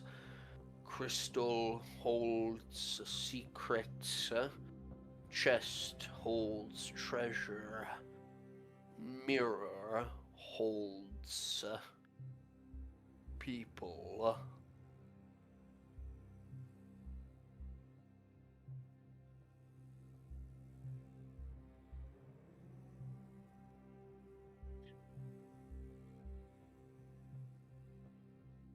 Well, how do we get to the chest without, or how do we get to the chest or crystal without being held by the mirror? Reflection in the mirror is bad, but unliving like the master, they don't have a reflection in the mirror. Only the unliving.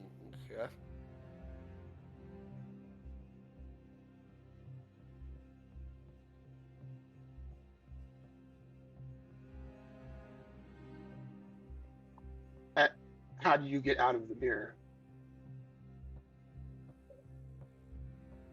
Break the mirror only from outside.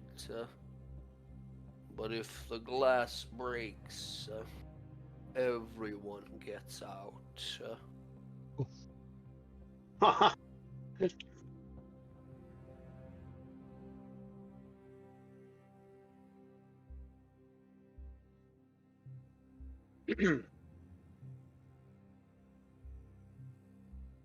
Are there any command words in the room?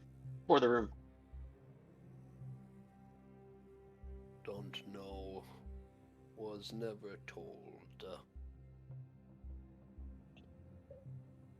I think that's 5, right? You see his head begin to slowly loll back. His eyes gonna dart over to Kiara one last time. She'll give him a wave. Kind lady. Thank you. And just sort of falls back.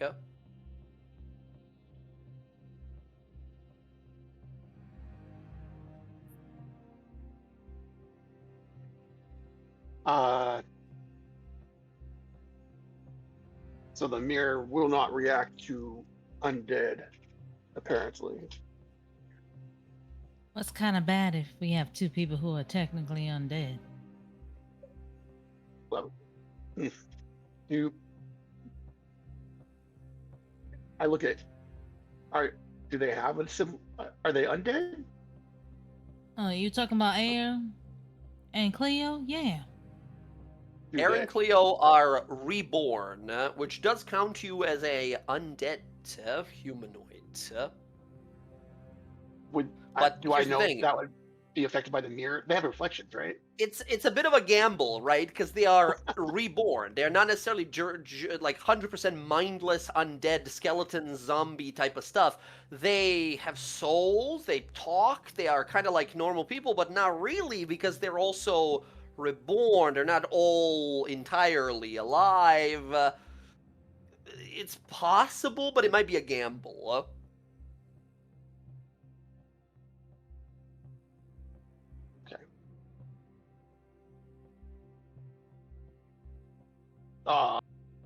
Do we have a hammer and nail and a big blanket or a curtain? I mean, we can if you want. I could just make one. Give me 1 second. Maybe this will work. Hey, little bastard. Hey, bestie. How's it going? Is Looking that- a little hazed. Is that his name though? No, I think it name's is. Arian. Yeah, little bastard. This is just this is like a cute little nickname he gave me, and I go with it because we're the best of buds. Karnak knows that little bastard can go invisible, and he has a bow. Mm-hmm. Could he go in there and like break the mirror with it? Is he strong enough to do that? I mean, it's an attack, right? He can definitely try to do it. We don't want to break the mirror if you're undead caught or non-undead caught in it, right? Who knows what kind of enemies might be inside? Or who knows, maybe they may be friendly. I don't know. Did we all hear the discussion that Roger had with the corpse and Kiara? Oh yeah, I didn't hide it. Yeah, you all would have heard it like, oh, rose its head. It was just actually speaking. So those of you who were around definitely would have heard it. Didn't it say that there were other things trapped in it? And if we broke it, they'd all get let out too? Yes. Although they wouldn't be undead, right? But we also don't know what's in there already, which could be worse than the mummy we just fought. Agreed.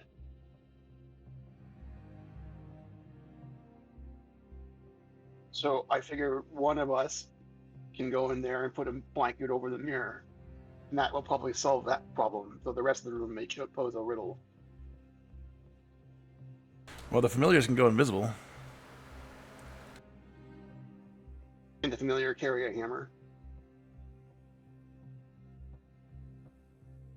I don't know if and a you tr- guys have a single familiar amongst you who has more Giant. than 4 strength, which would be at Oh, least required to actually- carry a hammer. I mean, if we take a long rest, I'll be able to have something that could possibly go in there and break it. Why are we Should do that. breaking it? I would recommend not breaking it. I'd rather cover it. Right. I'm I saying. mean, I could just have a blanket, just go right over it. Yeah. Right, I'm but I think that you would don't- be the safer option. saying you can have the Would familiars be carry the blanket inside. And how would they attach it to the mirror? They could just wait with it. I don't know that.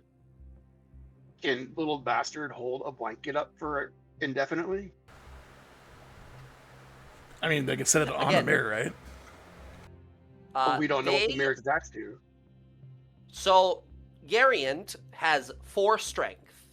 He can pick up a pound worth of stuff, right? Which is amazing for his, like, that big of a size, right? But a big blanket enough to cover this, like, 15-foot tall mirror is gonna be more than that. And I think Who has, like, 2 strength. Like, not Yeah. much better or worse.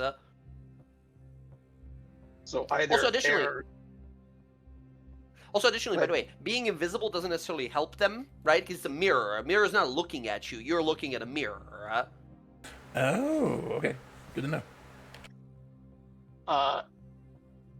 Claire or Cleo or Air could go in there and put a blanket. I could do it too with this spell book that I just found.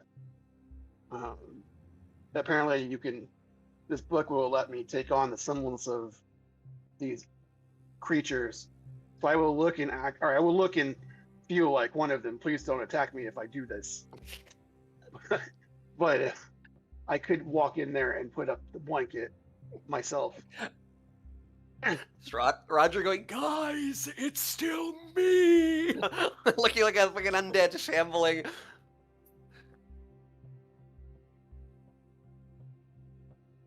Then do it. Let's get the fuck out of here. I'll help you. Okay. We can do that. I am concerned that it may. I don't know how it's going to act for either of us, so it'd be interesting. Well, the ring is in that chest, and Leo in the corridor will point to the chest in the room. It's in there. So first of all, let's get a blanket that's big enough for this thing. All right. Well, I can make a 80 gold, Stop. a Stop, that's too much. 100 gold size blanket. That's how much fabric. You don't need that much. Well, Like that's how much to they're buy gonna a blanket. get. A blanket is like, I don't know, like a silver piece at most. You can get like 300 feet a worth of a huge blanket. You don't blanket. need So that just much. Oh my blanket gosh, and make can you sure imagine? it covers the whole damn fucking It's place, a even blanket the mirror. mountain. So, Cleo, you and I should go in there with the blanket in front of us, just to help, so it doesn't see us at all. Hmm. But It's about That you way- seeing it. Mhm. Yeah, it's a mirror, right? It's not a sentient thing. It's just a mirror that has a magical effect on him that we learned that does something to replace you or something like that the troll was telling us. Because there was that weird, like, monstrous troll there instead. Okay, yeah, yeah. so Roger's plan is put the blanket in front of them as they enter, so they can't see the mirror as they So, approach it. Roger, you are using the book's ability then, right? Yeah, so I will get the semblance of undeath. Well, before you do, Oh boy. when you attune to that book, Uh-oh. you You feel didn't check a if it was cursed, did you? You feel a pulse wave as you attune to it. You're like, oh, that was a little weird. Well, like scratchiness at the back of your throat immediately. Oh But no. then the other tome that you have, the Tome of Slaying, preventing whatever else is happening, as you realize you attuning to the Tome of Slaying before attuning to this one has actually protected you. Sort of. You Sort of. hear a voice come from the book that echoes in your mind now that you're attuned. You guys only heard this voice say one thing, and that was, what the fuck? And then it disappeared into a black hole. Oh, Demi-Lich. As you hear the voice saying, You piece of shit. You motherfucker piece of shit. It's you and your friends that threw me into one of the annihilation spheres, wasn't it? Did you not think I had a phylactery? Did you not think this was it? Oh shit. Dump the book. Only Wait. you are hearing this. So you attune to this book, Roger, and you like all of a sudden feel a voice in your head, and you immediately realize like, oh no, this book is that guy's phylactery. It's the liches when they die, they can come back through their phylactery. Like even though his body got destroyed, so he is a Demi-Lich, so he probably won't be able to come back, but his spirit is in this book forever. And I think you realize immediately, as a clever wizard yourself, he can't do anything to you. He's just a voice in your head. He can't afflict you or command you or enchant you in any way, but you hear his voice immediately. Oh shit! What's wrong? Do you know how much it costs to gild a skull in gold and gather gems, all of different kinds from all of different realms, to embed within the eyes and teeth? Can you imagine how much gold you've wasted? Roger, are you okay? Can you shut up for a minute? Thank you. No, I'm sorry. He looks over at Cleo. I think he's talking to himself. Sorry. Not you, sorry. Piece of work. If I ever get a body, I'm gonna turn you inside out. Right. Well. You help me You get just- this ring and maybe I'll help you. Get the ring. That's why you're here, huh? Yeah. Get it on your own. Die trying for all I care, huh? I ain't helping shit. That's good, because that was a lie. And You, So I should shut up? you imbecile. You threw 25,000 gold worth of a skull into an annihilation sphere. Cleo will look to Kiara. Did I do something wrong? I don't think he's talking to you. I've seen people do this. One time my grandpappy talked to himself like that. We just leave him alone. He might, he looked kind of old. Maybe he's getting there. I love that you use grandpappy. Until you unattune from this book, you're just gonna have a grumbling, sort of salty, upset Demi-Lich, mad you know that what? you destroyed him. As soon as we're done in this room, it's getting tossed. But The whole time in the background, piece of shit, wannabe wizard, ruined my rest. What did I ever do to you? And it's just talking at you the whole time. it's so funny because like Roger was picked on, and you just channels it out. Excellent. Yeah, he can't affect you, especially because you have the Tome of Slaying on you as well, countering him here. Do I just see Roger Wait, talking to himself like that? Oh yeah, I mean, he told Cleo to like shut up, and every once in a while he's like, "Wait, no, now he seems like he's losing it. Something's going on." Roger, you alright?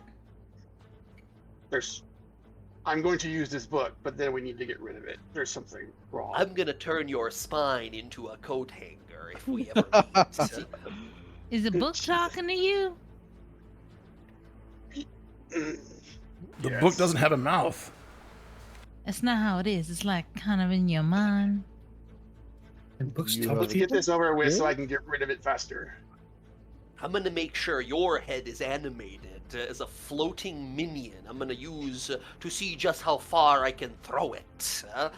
As he's just like talking nonstop at you.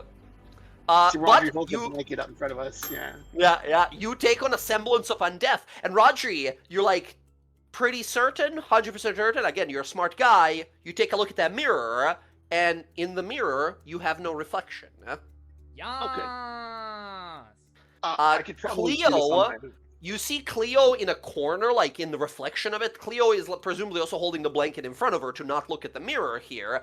But Can I off see her from the fingers? side, you see Cleo's reflection. It's kind of flowy. It's kind of ethereal. Okay. Like it's almost like see-through, but there's something there. Like it's barely there. Cleo, stop. It can. You have a reflection. I do not. I'll take care of it. I can close my eyes. I'll take care of it. There's no reason to risk it. I mean, I'll stay here, Says but it. I'll just and like Cleo will just like take her hand and cover her eyes. Yeah. So Robbie's gonna go die because he can walk in there by himself. Slowly walk in. The mirror doesn't seem to react to you. However, Rodri, you notice immediately, like, oh, that's hot. The circle on the ground that is surrounding what looks to be about a 7-foot tall pillar made of gradually like different shaped stone, with a big crystal orb sitting atop of it. The orb has definitely like a magical essence to it, but there's a big magic circle around it protecting anyone from approaching. Inspecting the runes briefly here, and probably looking through that necromancer's spellbook that you have, you realize same thing here. This circle, anyone who is not undead will get zapped. Luckily you are. Okay. I can continue my task just to finish what I was doing. I'm gonna go mount this blanket up here and use a No, hammer and It's pitons. 15 feet up, unless you have a flight or levitation or climbing ability of some sort. That's going to be an athletics roll to try and get it over the whole thing. Yeah. You don't Okay. have the strength to do it. You're a weakling and a useless pile of flesh and skin. Just in the back of your head, nonstop.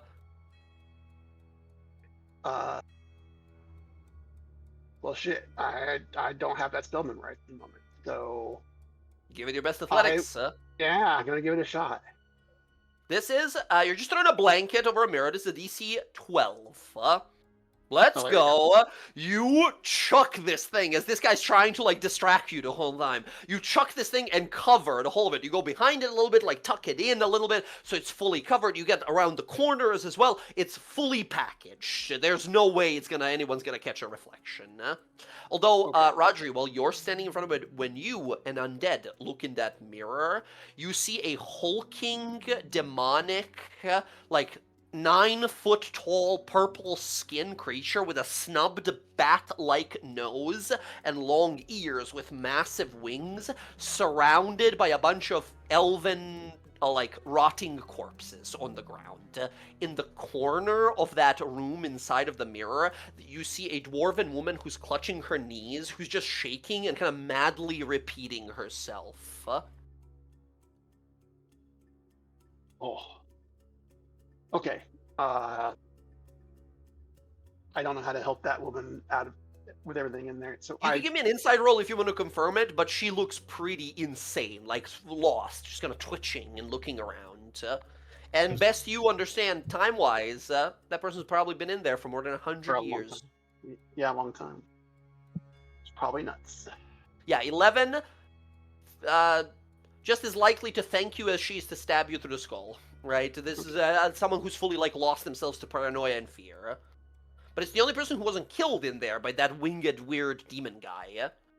Who, by the way, looks... let me show you, because you're the only one who sees him. You see this guy inside, just sitting there. Oh, what is that? Whoa. Just some guy. Just some guy. Yeah, that's not gonna come back later. Rodri, last roll here. Give me a religion roll to be like, what is that guy? What the fuck is that? Does the Slayer tome help? Is he undead? Slayer Tome does not help. He's not undead. Otherwise, he wouldn't be in the mirror. And religion. Religion, yes. Oh, So I looking rolled for a 1. information. Some sort of a like even +5 intelligence tells you that's a fiend of some sort. What kind? It's a fiend. That's all you need to know. Okay. Yeah, so I complete putting it up there, and I Everyone can come into the room now. Here, you're pretty Job certain, done. as long as, Roger, you tell them, like, don't touch the big circle. It doesn't like the living. That will harm the living. We go look at this chest. The chest is large, locked.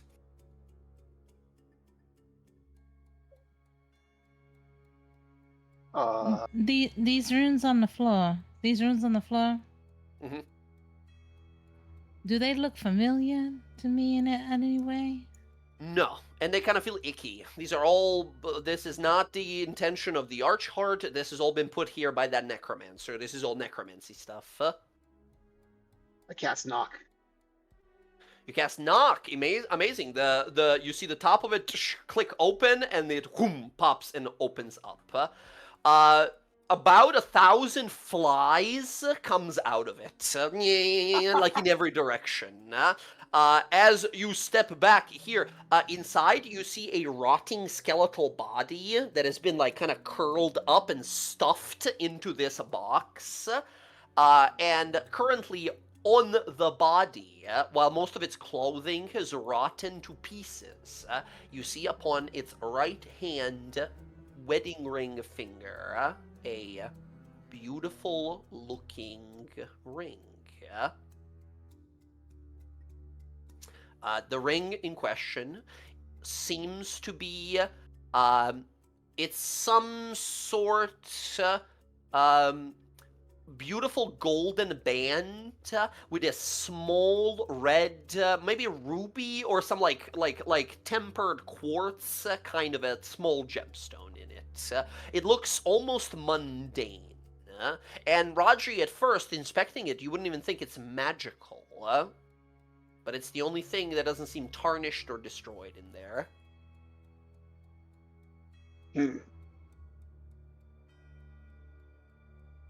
I will. Gosh, I reach in there. I'll reach in there and pick it up.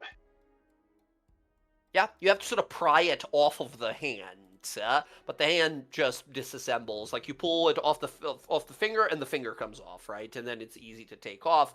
It feels warm. It feels immediate, like, oh shit, that's hot. Like not burning your hands or anything, but this ring is really warm. And then you immediately realize that 3 rings, one of them was like a fire ring. Is there a torch in here? I guess it's a little dark, isn't it? Cleo is like having light cast upon her mace the whole time. Rodri will take a. Well, you know what? I only have so many long for this thing, so I will pocket this for the minute. I have the ring, but I'm curious as to what this orb is. Can I investigate the orb? If you approach it and sort of look it over, you'll see little magical writings on it and such. The investigation roll here. I tell everybody, do not cross the circle as I step across the circle. Yeah.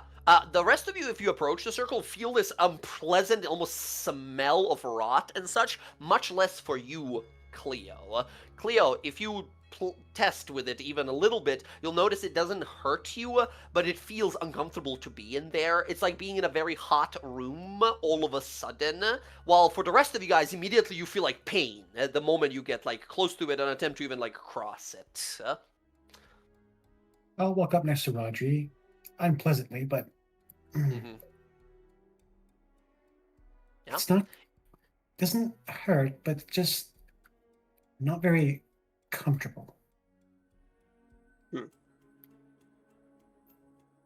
Good to know that you can travel through it. What is this? I don't know. Did you say an investigation check? Investigation roll, yes. And Cleo, since you're there as well, you can give me a perception from yourself. Oh boy. 19. Not bad rolls for both of you here. Both of you look this thing over, and you see just about your guys' head level that sorry, I said before 7 feet. No, it's supposed to be like 4 feet up. Just about your sort of like close to your head level, this crystal sphere sits there.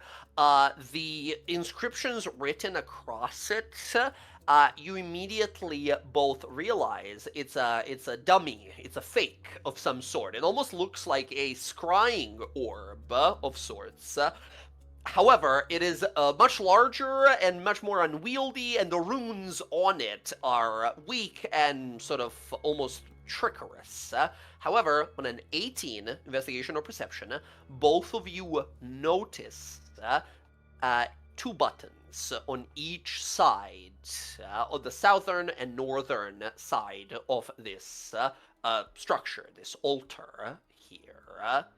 Definitely hidden, possibly. I mean, on such high rolls, you guys realize they're probably supposed to be pressed at the same time and might reveal some secrets, like the Juggernaut set. I look at Cleo and hold my hand over the button. I see it. On 3,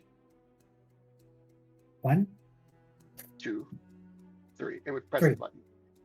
Both of you click, press it, and you watch as the moment you press it, there is a section that pushes out like a drawer would, and inside of it, you guys see a lot of ruined, old, rotten, and mold-eaten papers, and inside of it sits, and I think, Roger, you're like, I can't believe it, this is such a magical item, I've heard about this, but what's this? It has a crack all across it. You guys find a very rare magical item called a crystal orb. However, where a crystal orb usually would allow you to cast scrying as many times as you want to, this one is currently cracked, and until repaired, it can only be used once a day to scry, look into someone or onto somewhere across the world, across the continents and oceans away. Holy shit. Oh. Okay. I'll pocket that as well. The other stuff seems to have been a bunch of letters, but they've all rotten through. Do you want me to fix it now, Rodri? What? Excuse me? I can fix it. Let's not do that here. Let's wait till we're in a safer space. It can wait. Okay. Kalis, you and Tisman are sort of outside the room. She's sort of looking around at everything here, like, pretty crazy place and such. Kalis, you feel something shift. The moment that secret drawer opened and, like, those letters ruined at this point were revealed, you feel a shake. You look around and you realize, like, oh my god, they came from below. You start hearing these, like, grinding of stone sounds coming from way back where you guys came from. Something's happening.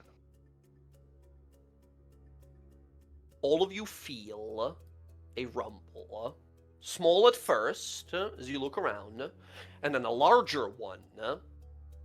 And then there's a pause of like 5-10 seconds. Is it? Okay. As you It feel sounds the like- whole place, boom, shake, and Yeah. pieces of the ceiling, boom, boom, begin to fall from above. As We just triggered Immediately. immediately, Roger, you think to yourself, big red button. Oh Yeah, no. we triggered the spheres. You guys watch as the wall you're standing, Kalis, this wall begins to concave outwards, like away from you, and then break, and you see chunks of it fly into what looks to be an opened giant stone mouth with a black sphere that is currently growing. Time to go. Everybody run. Karnak, if it's okay with Kiara, is gonna pick up Kiara and bolt. Yeah, Kiara? Oh yeah, she's never gonna say no to that. Karnak jumping like those super speed and jumps and such. All of you watch as the whole place, every single. Hey guys, as we run as a part of this montage or this skill check of you guys trying to outrun this place. Remember all of those stone mouths we have, and all of those orbs of annihilation. As you begin to run past them, you see all of them have opened when that drawer was open. Like this cracked, like crystal orb was inside of it, but it was some like papers and letters. They were all like rotten through and destroyed. Do we leave those behind? It's just rotten. No, we paper. snag all that shit. Okay, Cleo- you Cleo pick did up it. a bunch of those. Pick up a bunch of those. Yeah, Roger and Cleo, both of you pick up a bunch of those as you can, and you start moving. I need everyone in the party, except for Kiara, who's getting like a piggyback ride here from Karnak or Princess Carrie, whichever one this is. Oh, that's a Um, Princess Carrie. Yeah, absolutely. Athletics or acrobatics roll as you guys are dashing and moving here. Karnak, Can I- you as a monk have advantage on this roll. You as a Can I, barbarian have a lower DC. Can I, as we're running, since he's Princess carrying me, can I play my music and give bardic inspirations out while we're running? Yeah, Yeah, everyone, thanks for coming absolutely. in. If you want to give out as many as Vi. you want to, as many as you Welcome have. in, welcome in. We're at the tail end Well, of we our took a adventure short here. rest, so Chicken I burrito, have thanks a for the five. sub. Appreciate it. Yeah. Thank you, brother. You want to just throw them out to everyone in the party? Yes, I do. Okay. How fast is Tisbin running? 27 months? Oh, yeah. Tiswin is she's a elf dwarf. She's a half elf, half dwarf, right? So she's got a speed Hi. of 30, like the rest of you guys. Some of you guys, I guess. So she's keeping up, right? She's not falling behind, at least. Is anybody running slower than 30? I think the slowest person we have is 30, right? We have you, I believe, at 35. We have Karnak at like 50. We got Kalis with a bonus action ability to dash. Cleo's got a 30. Air has a 30, right? So mostly we're keeping up. Here's an athletics roll for Tiswin begins to fall behind. As you guys are going, you know those pit traps that were earlier that we were like jumping across that we found? Most of you guys wall running, jumping across. Rodri, by the way, this is a whole montage, right? So Karnak, you're just like Hulk jumping across these, no problem. Kalis, you're like running on the walls, zigzagging back and It's forth. Burgess now. We see Cleo, you sort of rush forth, blasting a side of a wall that was about to fall down with one of your like magical bolts of energy that like falls, creates a little pathway for you that you run across here. Rodri, you like we see the floor fall underneath you as you like blast under you with some of your magic to like propel yourself upwards over some of these as the whole place begin to like compact and like break in on itself here. I think- Kiara just fucking playing the banjo of all the times to play the banjo. It's like that. It's like that. You know that song? Yeah. So, real quick, do we notice Tisbin falling behind? Yes, you see, as you're jumping So- over these pits, you see she jumps, but part of the ceiling falls down, and she clips Yeah. it with her head and slides and, like, catches herself, and is having a hard time pulling herself So, out. Karnak is going to Yeah. rage and was- throw Tisbin on his back. Okay, you take her as well here, and she, flies onto your back here as you got, like, one there and one, like, wrapped around your shoulders and neck as you Oh my are running God. further. Then, Uh, if that's the case, I will cast haste on Karnak. You cast Haste on Karnak. Second round of escaping. You guys are running further back to where you sort of were. I'm going to move the whole party. You guys have at this point made it over here, right? You guys know down to the south there's another mirror. You guys came from the from the south area there, but that area, remember how it was like crumbling stones already? That area is gone entirely, and there's a 20-foot gap across. What do we do Wait, here? Which turn? Which way do we go? Let's go this Can way, you- right? We came in through here. Yeah, you guys came in through Oh. there, but this is gone, right? It was already Gotcha. unstable before, now it's fully gone, and it's a 20-foot gap to jump across. Karnak can jump it. And the right He'll leave the side- rope. Yeah, you can make it no problem. For you, if you want to take that route, that's easy for you. The rest of the party, however... Rope of climbing, go. rope of climbing, you send out. I need you to give me, this is going to be from you, I need you to give me a sleight of hand roll to do this as fast as possible. If you roll under a Wow. 10, something really unfortunate is going to happen. It's pretty good. Nice, 19. You whip the rope of climbing forward here, and it goes across the whole thing, making a tight rope for us to like move across, climb across, whatever we need to do here. Everyone, second round of athletics and acrobatics rolls. Your guys' choice here. Karnak, you have advantage because of rage. You have disadvantage because you're carrying two people. So normal roll for you. Oh, we're using inspiration for Yeah. that. And remember, you also have bardic inspiration. Bardic Inspiration is D8, so we got Because I'm playing Benny Hill music while we're running. Okay, well, I'm gonna use my And he has actual inspiration. Okay, There we let's do it. Inspiration 24. There we go. Cleo leaping across, grabbing onto the rope, quickly climbing there. Kayla's jumping onto the rope, sprinting across here. And Karnak, you yourself throw the rope out, grab the two of them, and just jump across the whole thing here. So- Rodri, again, you sort of like magically empower the rope to hold you even easier and help yourself sort of kind of glide across, almost flying across the whole thing here. As we're running, Yeah. you know, if everybody's taking their time to get across this thing real fast, I have a second. Can I see one of the Spheres of Annihilation behind us? Yeah, absolutely. You're seeing the things that they were in, those like skull, little coves, alcoves, I guess, have fully like broken. They were the first thing to like break and get sucked into the sector. Excellent. I tossed the spell book into the sphere. You just flick the spell book out. You hear the Demi-Lich says, and now you're gonna die. You're gonna get buried in this place, and you're... What are you doing? Shut up, I can bitch. read your mind. What are you doing? No! And he goes flying off into the thing, and just, and it's now gone. That was his phylactery. That is now destroyed. He's gone forever, right? As you just, you lose attunement to that item, sorry. As you continue, all of you continue to move yourselves and get all the way down here. The whole place behind you is falling and being destroyed. There's that massive bridge that is left, and you see pieces of it beginning to fall away. As you guys see, breaking shoulders out first, and then tilting their bodies as wings open out. All of these gargoyles on the bridge here, those onyx gargoyles, all come to life. As a flickering light on the giant mechanical one, as Cleo, for this next set of rolls, as you see these puppets come to life, you're going to have disadvantage on your acrobatics or athletics.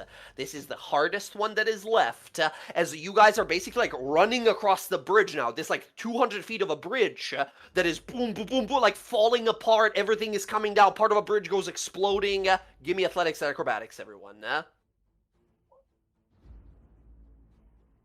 Okay, I think we're gonna use that Bardic Inspiration now. Okay. How does that work? Okay. Yeah, it works. Natural ones are only automatic fails on attack rolls, but 8 is a rough place to start. How does the Bardic Inspiration work, though? Do I get What's that? inspiration It's from a D. You get a D8 extra to the roll, and because this is Kiara's special thing, you get to re-roll it once. All of you get to re-roll it once, I believe, right? That's what happens, Kiara. Oh, Karnak, damn. Ooh, Cleo, you get to re-roll it as well. Yours is a 5, so Cleo's at a 13. Karnak is on an 11.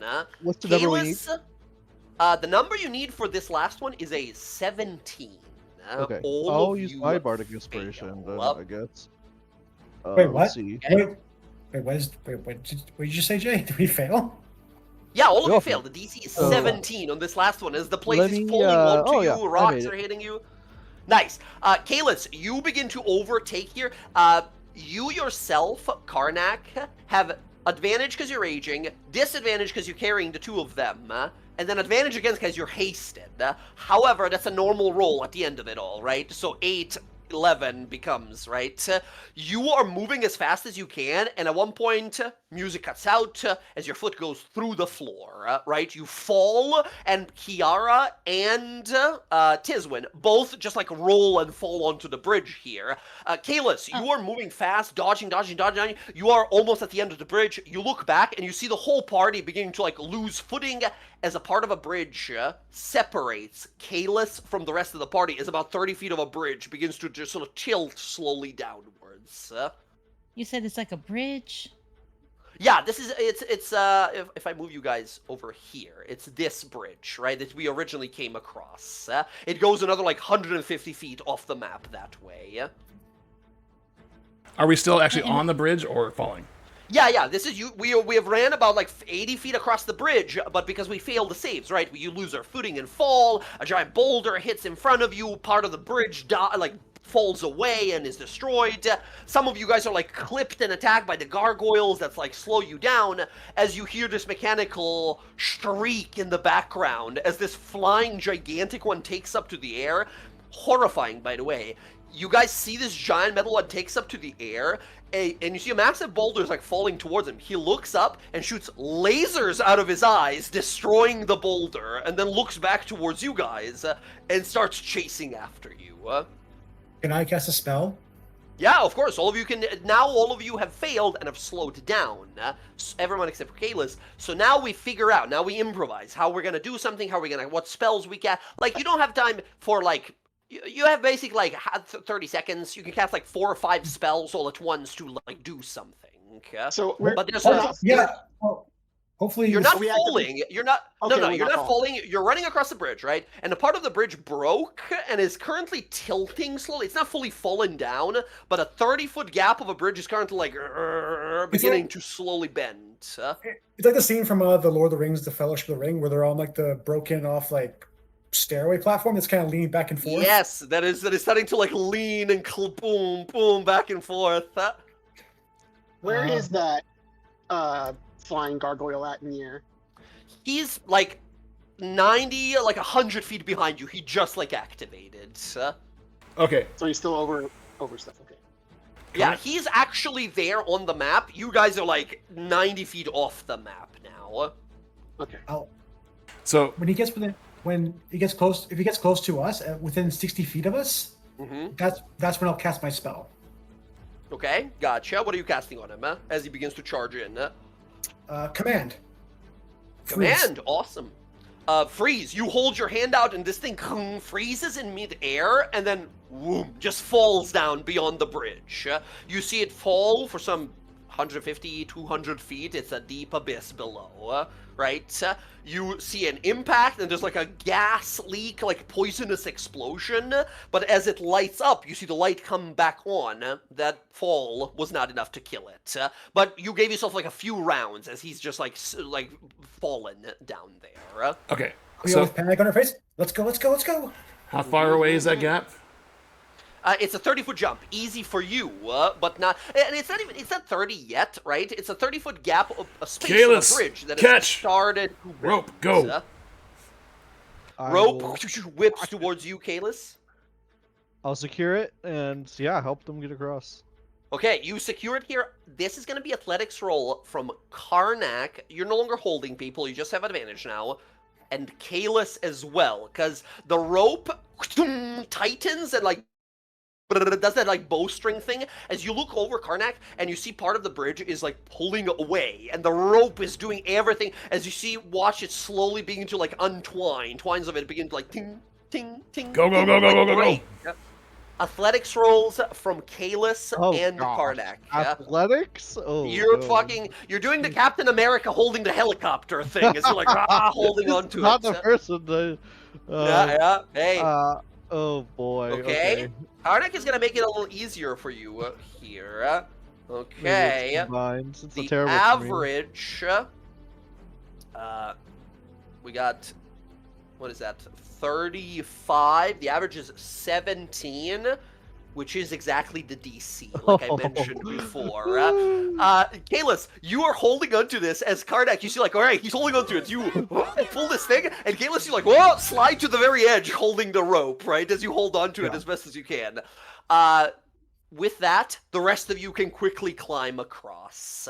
You see more of these gargoyles sort of land behind you and start to sort of shriek and cackle at you guys as a boulder falls on one of them, and one of them like fumbles and kind of breaks its own wings and falls off the bridge backwards as you guys one by one climb on across here. Karnak, you leap across.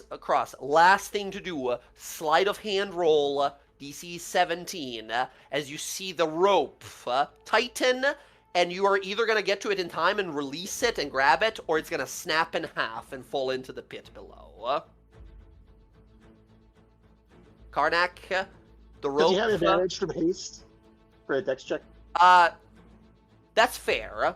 16 needs a 17, however, Okay. right? Like I said, unfortunately here. Karnak, you turn towards the rope, and I think that's quite it, right? Haste lasts a minute. It's definitely been a minute. You turn towards it, and haste begins to run out. You get to it in time. You grab it. The haste just gives you enough time to get to it, and you pull it back, yeah? And you see you're holding about 10-foot length of a rope as it snaps, and that entire side of the bridge just leans back as the whole thing begins to just sort of fold inwards as you realize. I think the rope Karnak's is- kind of sad. He's like, "Oh, well, you did a good job, rope.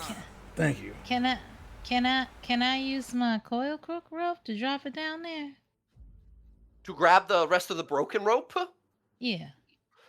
Go ahead and give me a sleight of hand roll yourself to do this.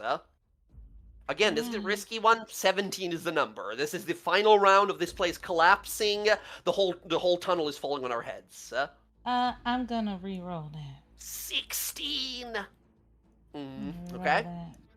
One more try. Wow. Natural 20. I think. Uh-oh. Uh-oh, we cut out. Hey, Jay, you Karnak, you're looking at this broken rope and it helped you in so many missions. You're breaking up, Jay. Every time it gets exciting. Hello. You're back. I hate it here. Hello. Am I good? Am I back? You're back. Looks like Yeah, it. sounds Oh, like it. thank God. Fuck you, Roll20. Fuck you, Discord. Every Fuck time you hit Internet. like a climactic moment, it just boop. Damn it! It's better this way. It's fine. It's fine. We persevere. As you look at this rope, Arnab, that has helped you Oh, there he goes again. Oh no. realize. No, again? You Yeah, have to be kidding me. Hello, you're back. guys. Am I back? I think what happens when you get too over animated, it cuts out. Yeah, I'm gonna go off a video just to see if that's the case. Karnak, holding onto the rope, broken. You look down to see the part of it about to disappear into the abyss below, like a whip, extending. The coil crook, Kiara sends it forward.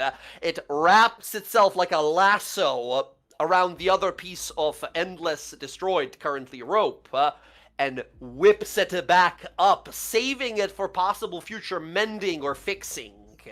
As you bring it back. Oh, thank you, Kiara. Let's get the fuck out of here. You guys see a gargoyle leap to attack you guys just as it's like slammed from above by a massive boulder and sent down below.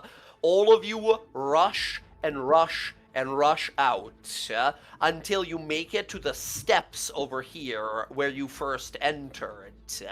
As this entrance falls in and is buried in rubble right behind you. And friends, I think that's where we're going to end the session for tonight.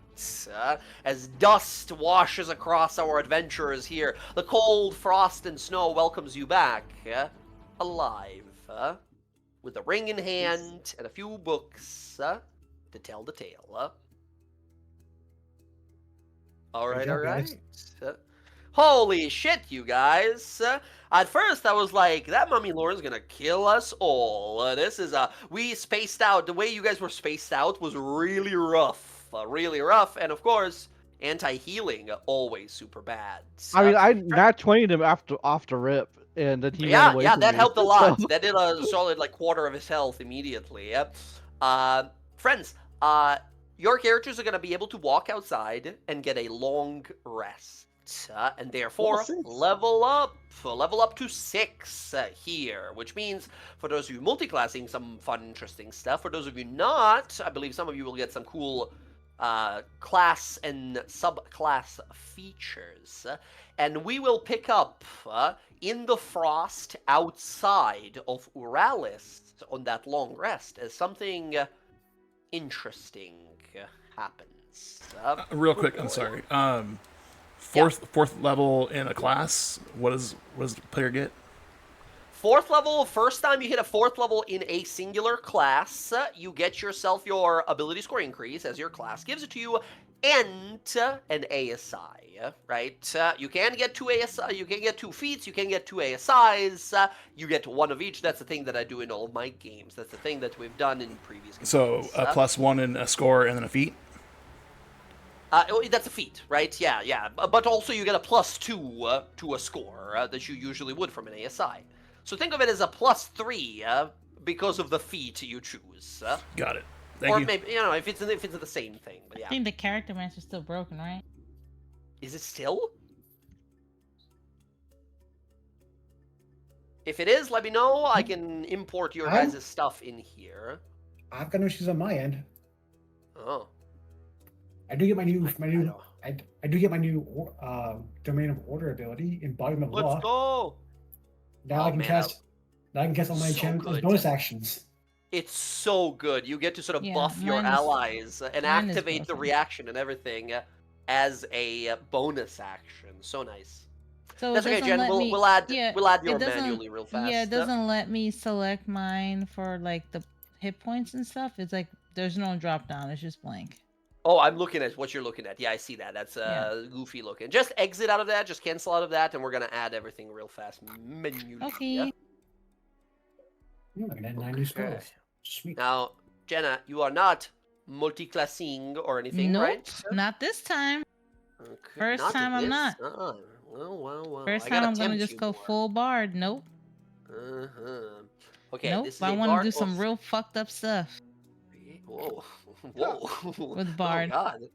Oh, okay.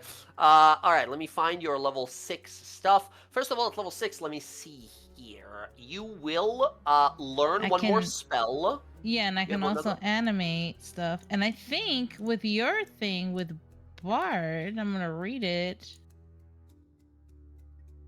Oh, yeah, sorry. That was a previous thing. Yes, we have an announcement and info. I had some homebrew rules in there that said that basically, like, hey, some classes like Sorcerer and Bard and such get extra... No, sorry, that was Sorcerers and Warlocks get some extra spells known, and Bard's Counter Charm is a reaction, but they now did that officially. Like, officially, Bard's Counter Charm okay. is a reaction now. However, it's level 7 now. They move it from 6 to 7.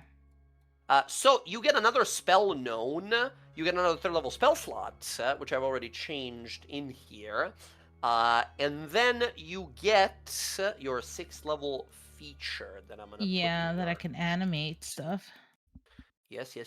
You get something called a animating performance, which I'm gonna make a character sheet for you. You get something called a dancing item, which is kind of a companion that can help you fight. Yeah.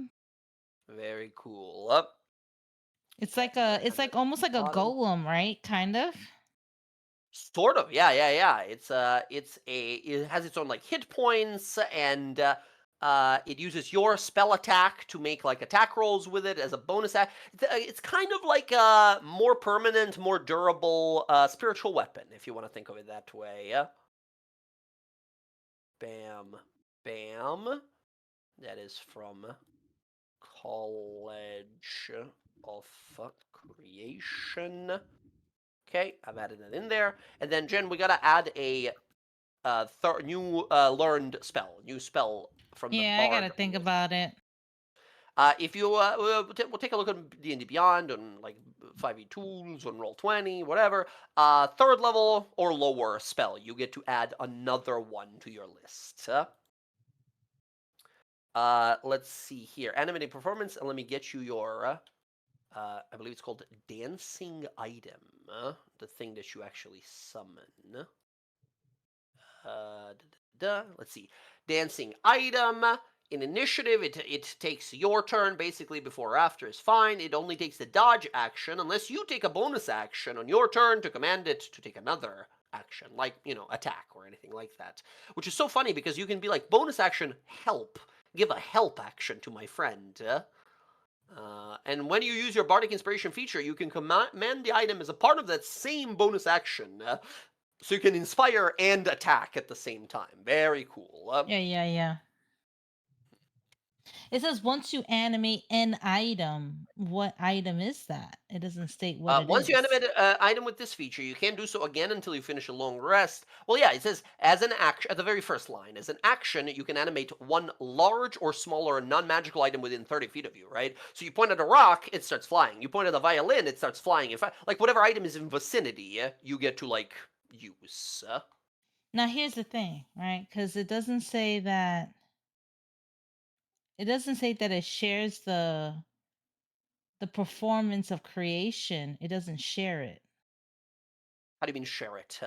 Like I can do one performance of creation once per long rest. Okay. So this animating performance, it just says as an action, I can do this.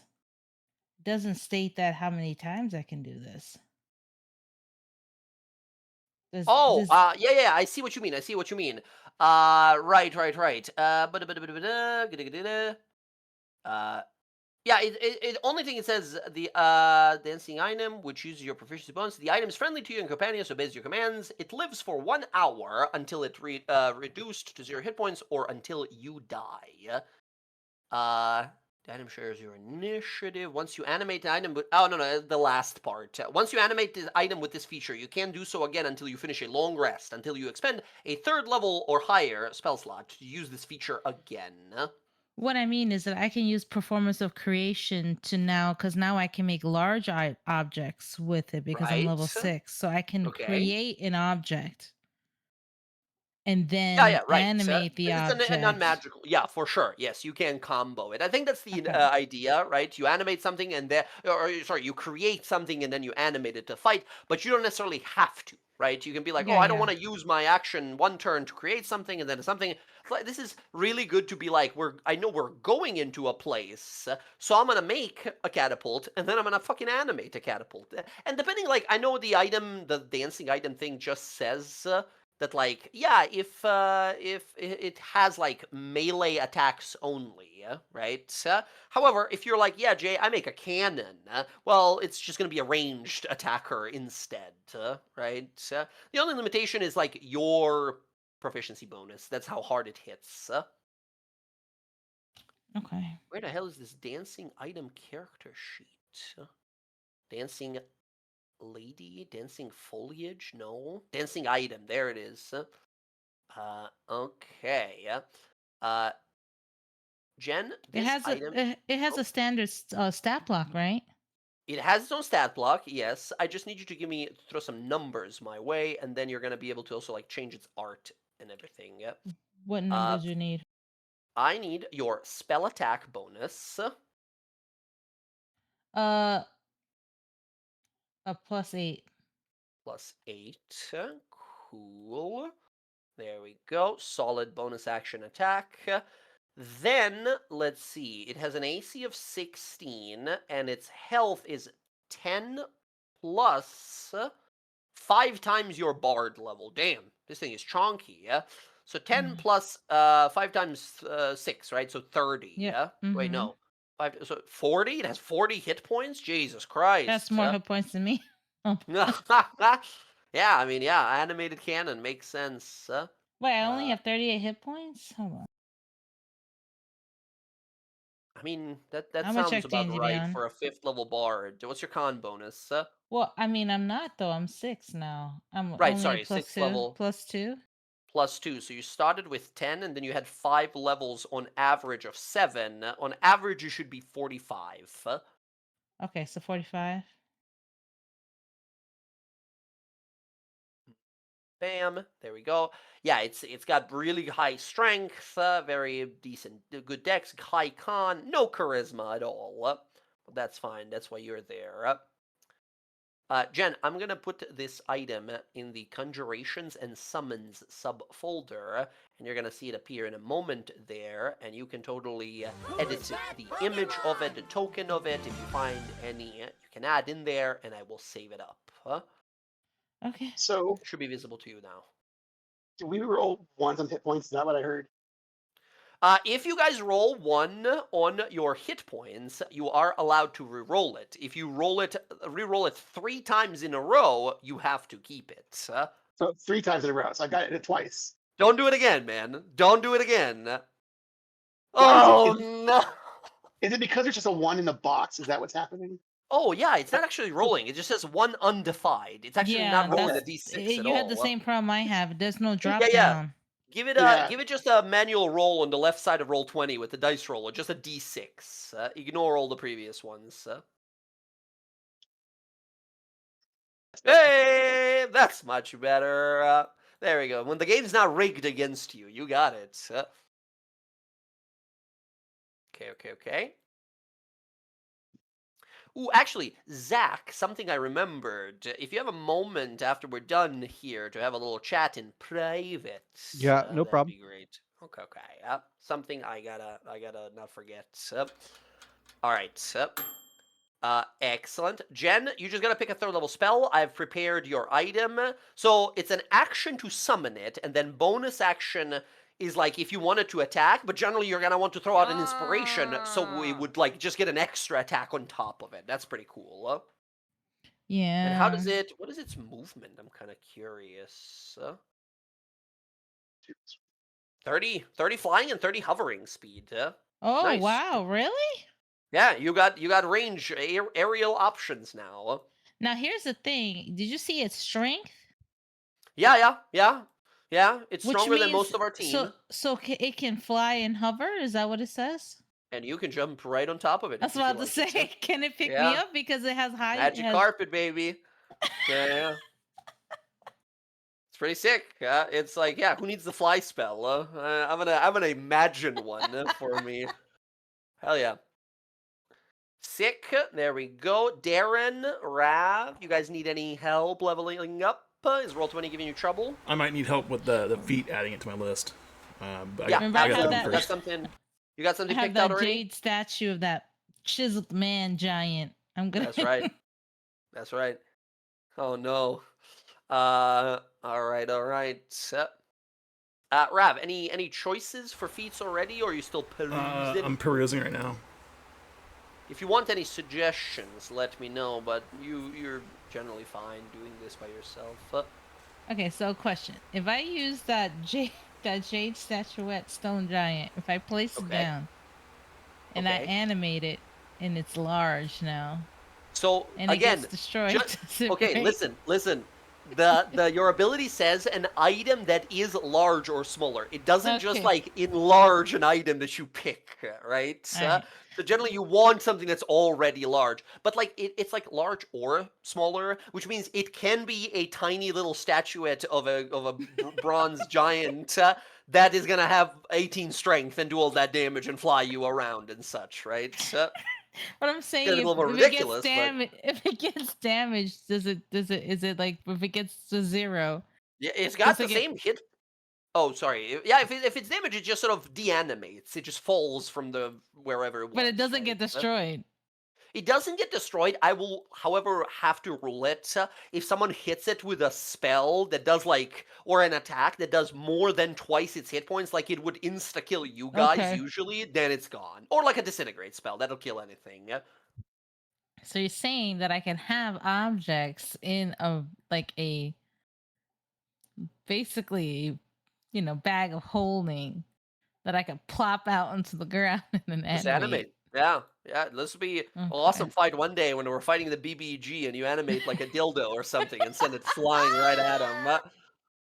Oh, ideas. goodness. I'm gonna have to use Karnak, so Oh. bag of holding to put shit in there. Oh shit.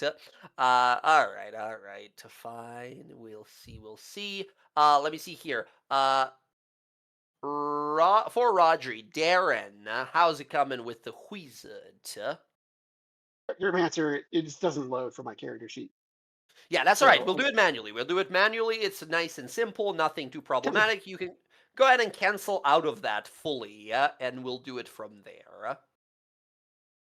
So my HP will go up by 8 because I have 6 Yeah, plus 6 2. plus your con, which is fantastic, which puts you at 38, I want to say. Yep. Yeah. Do you want me to be changing those numbers, or you got it? I can do that. 38. Okay. Done. 38, Um, and this is a long rest, so you will be recharging everything, all of it, which is nice. Level 6 for wizard. I believe you get your subclass feature here. Yes. So I will get The our Abjuration D&D 2024. projected ward. Yes, I'm going to copy paste that into your character sheet. Now you have a reaction when an ally within 30 feet of you takes a damage that you can do. Yep. Cool. And they get to resistance. So yeah. Bam. If that creature has any resistance or vulnerabilities, apply them before doing the damage reduction. Yeah, fantastic feature. Amazing. I've added in there already. At level 6, let me take a look It'll be here. 17 for my arcane ward. You get another third level spell slot. You get to prepare one more spell, but that's about it, I think, right? And then your, Abjuration Ward just goes up because your level goes up. Cool. Yeah, your hit points equal to twice the level of the spell expended. Oh no, that's when you like reactivate it. It has a default value of twice your wizard level plus intelligence modifier. 17. Amazing. Yeah. Awesome. That's pretty simple enough level. Although here in the core, by the way, at the very top, you see next to like background, a little cog. Go ahead and click that, and when you see the level prompt thing, just say change the level from 5 to 6. And there you go. It'll add another spell slot to your to like spell list, and it'll do all the necessary calculations. Okay. Yeah, look at that. You got 3 third level spell slots now. And then I believe it was like, no, sorry. I was going to say the Abjuration Savant thing that said like you just learn more Abjuration spells. Yeah, That's I'll only get when 2. like when you gain access to a new level of spell slots, which is not this. That's odd levels only. Is that how that works? Abjuration Savant. Yeah, but Oh, like yeah, when you get every access time to you one get level. like second and third and fourth level spells for the first time, you just get 2 free extra ones Got from it. your own school. Oh, there we go. Hey, Jay. And I Bam. still get 2 spells for being a wizard. Hey, Rav, how's it going, It's going. I know what feat I want. man? Yeah, what do you want? Inexhaustible. What the hell is that, man? Hold on, I gotta go look that up. Inexorable? No, that's from a different book. Inexhaustible. Inexhaustible. You gain Constitution up by 1, and as a bonus action on your turn, you can gain temporary hit points equal to 1d10 plus your Constitution modifier. Oh yeah, baby, that's perfect. Once you use this ability, you must finish a short rest before you can do so again.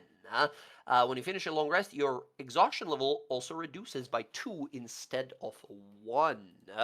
That's great. Rav, we're going to buff this because this is good, but it's kind of weak. So rather than being like once per rest type of thing, we're just going to make it. Let me see here. Bonus action on your turn. So here's my thing with it. This is a pretty good for you as like a prep thing that you can do, and it's by itself pretty decent.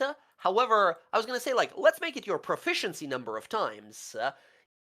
That only is even more bonus actions for you to do, right? So that comes into it. It's like a prep thing rather than like an in combat thing because you have so many things to do in combat as a bonus action. I'm down if you're interested in it. Let's go with it, right? And I don't mind buffing it as well. I just think for the build you just have a lot of bonus actions you do as this character. So it might be a little like, fuck, what do I use? I have like 4 things as a bonus action that I want to do this turn. Yeah, I get it. But like with the temporary hit points, as often as I haven't been going into rage, later on those are going to be handy. So if I have to make that choice between an attack or giving hit points, I'll have it. Absolutely fair. Go ahead and increase your con by 1 as well with that feat. And I'm just going to change the wording of it. We're going to just change it to you can do this once you use this ability. No, you're going to change that. We're just going to change this front part saying you can use this ability number of times equal to your proficiency modifier And then once you do, you must finish a, we're gonna say, long rest. That's totally fine. Before you regain the feature again. So more uses over like short resting all the time. And proficiency number of times makes it so like it's kind of tricky because like with your what's it called, armor of Agathis, you're like, God, please, I have 10 hit points, hit me for 9 so I could get a bunch of temporary hit points back and keep it going, right? But Yep, pretty much. I'm sure it will be great. All right, sick. There we go. That is it for you. I don't believe you get anything else at level 4 for this is a barbarian. No, this is No, monk. monk. 4, Yeah, right. monk. I don't think monk I got gets slow anything fall else. and quick and healing. Oh, slow. Yo, quick and heal. Wait, what is quick and heal? Fuck.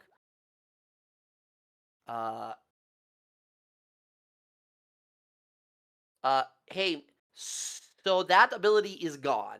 That is a part of the 2014 D&D. They fully removed it. And Okay. on the second or third level called Uncanny Metabolism. You have that now instead of Okay, we can just remove it. Perfect. it with better. It doesn't your key points. It just says like combat starts. You go huh, and you're just ready. You recharge all of your key points. I'm good with You that. know, and Zach, you all leveled up. You need any help? I wasn't super focusing on it for this. Let me. I could just do it. I don't know if the character mancer will work. The character mancer's broken for me again, so. God damn it! I might be these character sheets, but at this point it's too late to like remake them and such. We're well into it. Added a bunch of stuff into inventory. It's too tedious at this point. So, friends, I'm sorry for the inconvenience. We're just gonna be leveling up manually. It's fine. I'll be copying pasting most of this stuff for you guys, so you don't have to think about it, work about it. I mean, I think I'm easy. and- It's just another level of rogue, so. Yeah, right. Rogue. Actually, I forget. You get. Well, no, I was gonna say Level sneak attack, but 6? no, Nope. not this level. Sneak Nope, you attack get doesn't shit. You get expertise. 2 more expertises. Better at the stuff you're already good at. And also, let me ping Jess to tell her that you So you guys get leveled expertise up. in guns. That I'll you can be an complain. expert in guns. Real quick, Jay. Yes. When we made my character, we decided that we're going to use the monk save DC under strength. So make sure I got that right. Yes. Okay. So, Yes. So Because you are a Karnak's strength-focused guy. DC is now 17. Oh, wait, your DC or AC? Yeah. DC for his attacks. For your monk like saving throw stuff? Oh yes, because I was gonna say your unarmored stuff. You're using that, I believe, from barbarian or monk, but you can only do one at a time. But DC for your like pushing abilities for all of that, yeah, that goes up because strength. Strength is max now, baby. Just let you know. Hell yeah, hell yes. All right, friends. Thank you all so much for playing as always. Super excited to roll as always. As of now, are we all good for next week? Yeah. Should be. Yep. Yeah. Oh my fucking god, my cat, it's the middle of the night. My cat sneezed in the dark right next to me. Scared the shit out of me. Alright, sorry about that. You guys, very excited for next week. I will see you all in a few days. Until then, everyone have a good day, good week. You Stay safe. too. Bye. Take care of your loved ones, and good night, everyone. Good night, everybody. Bye. Oh yeah, Zach, I'm gonna take you to the secret chat. Just Okay, everyone. Thanks for hanging out. That was our Graying Wildlands campaign. We'll be back hopefully next Sunday. We took a hiatus last week because our DM's internet went out. That's fine. Yeah. Once again, thanks for the sub and the raid and the resub. Totally appreciate that. We'll try and catch this Pokemon. Geoball. Okay. Hope you all have a lovely week. Get ready to raid out.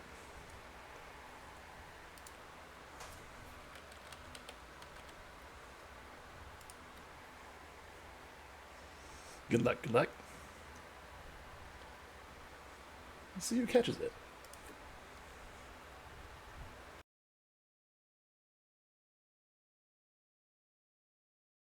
I gotta go do some chores after this and go to bed. Tomorrow's gonna suck.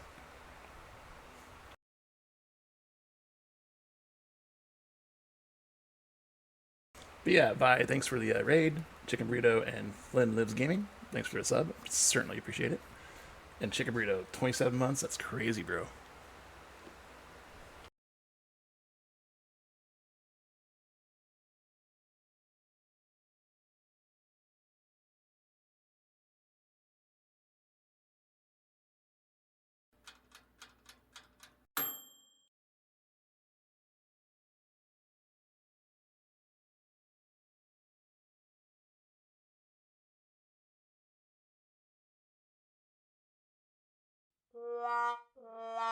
Wah wah. No one caught it. All right, everybody. Thanks for hanging out. We'll see you next time, next Sunday. Have a good one.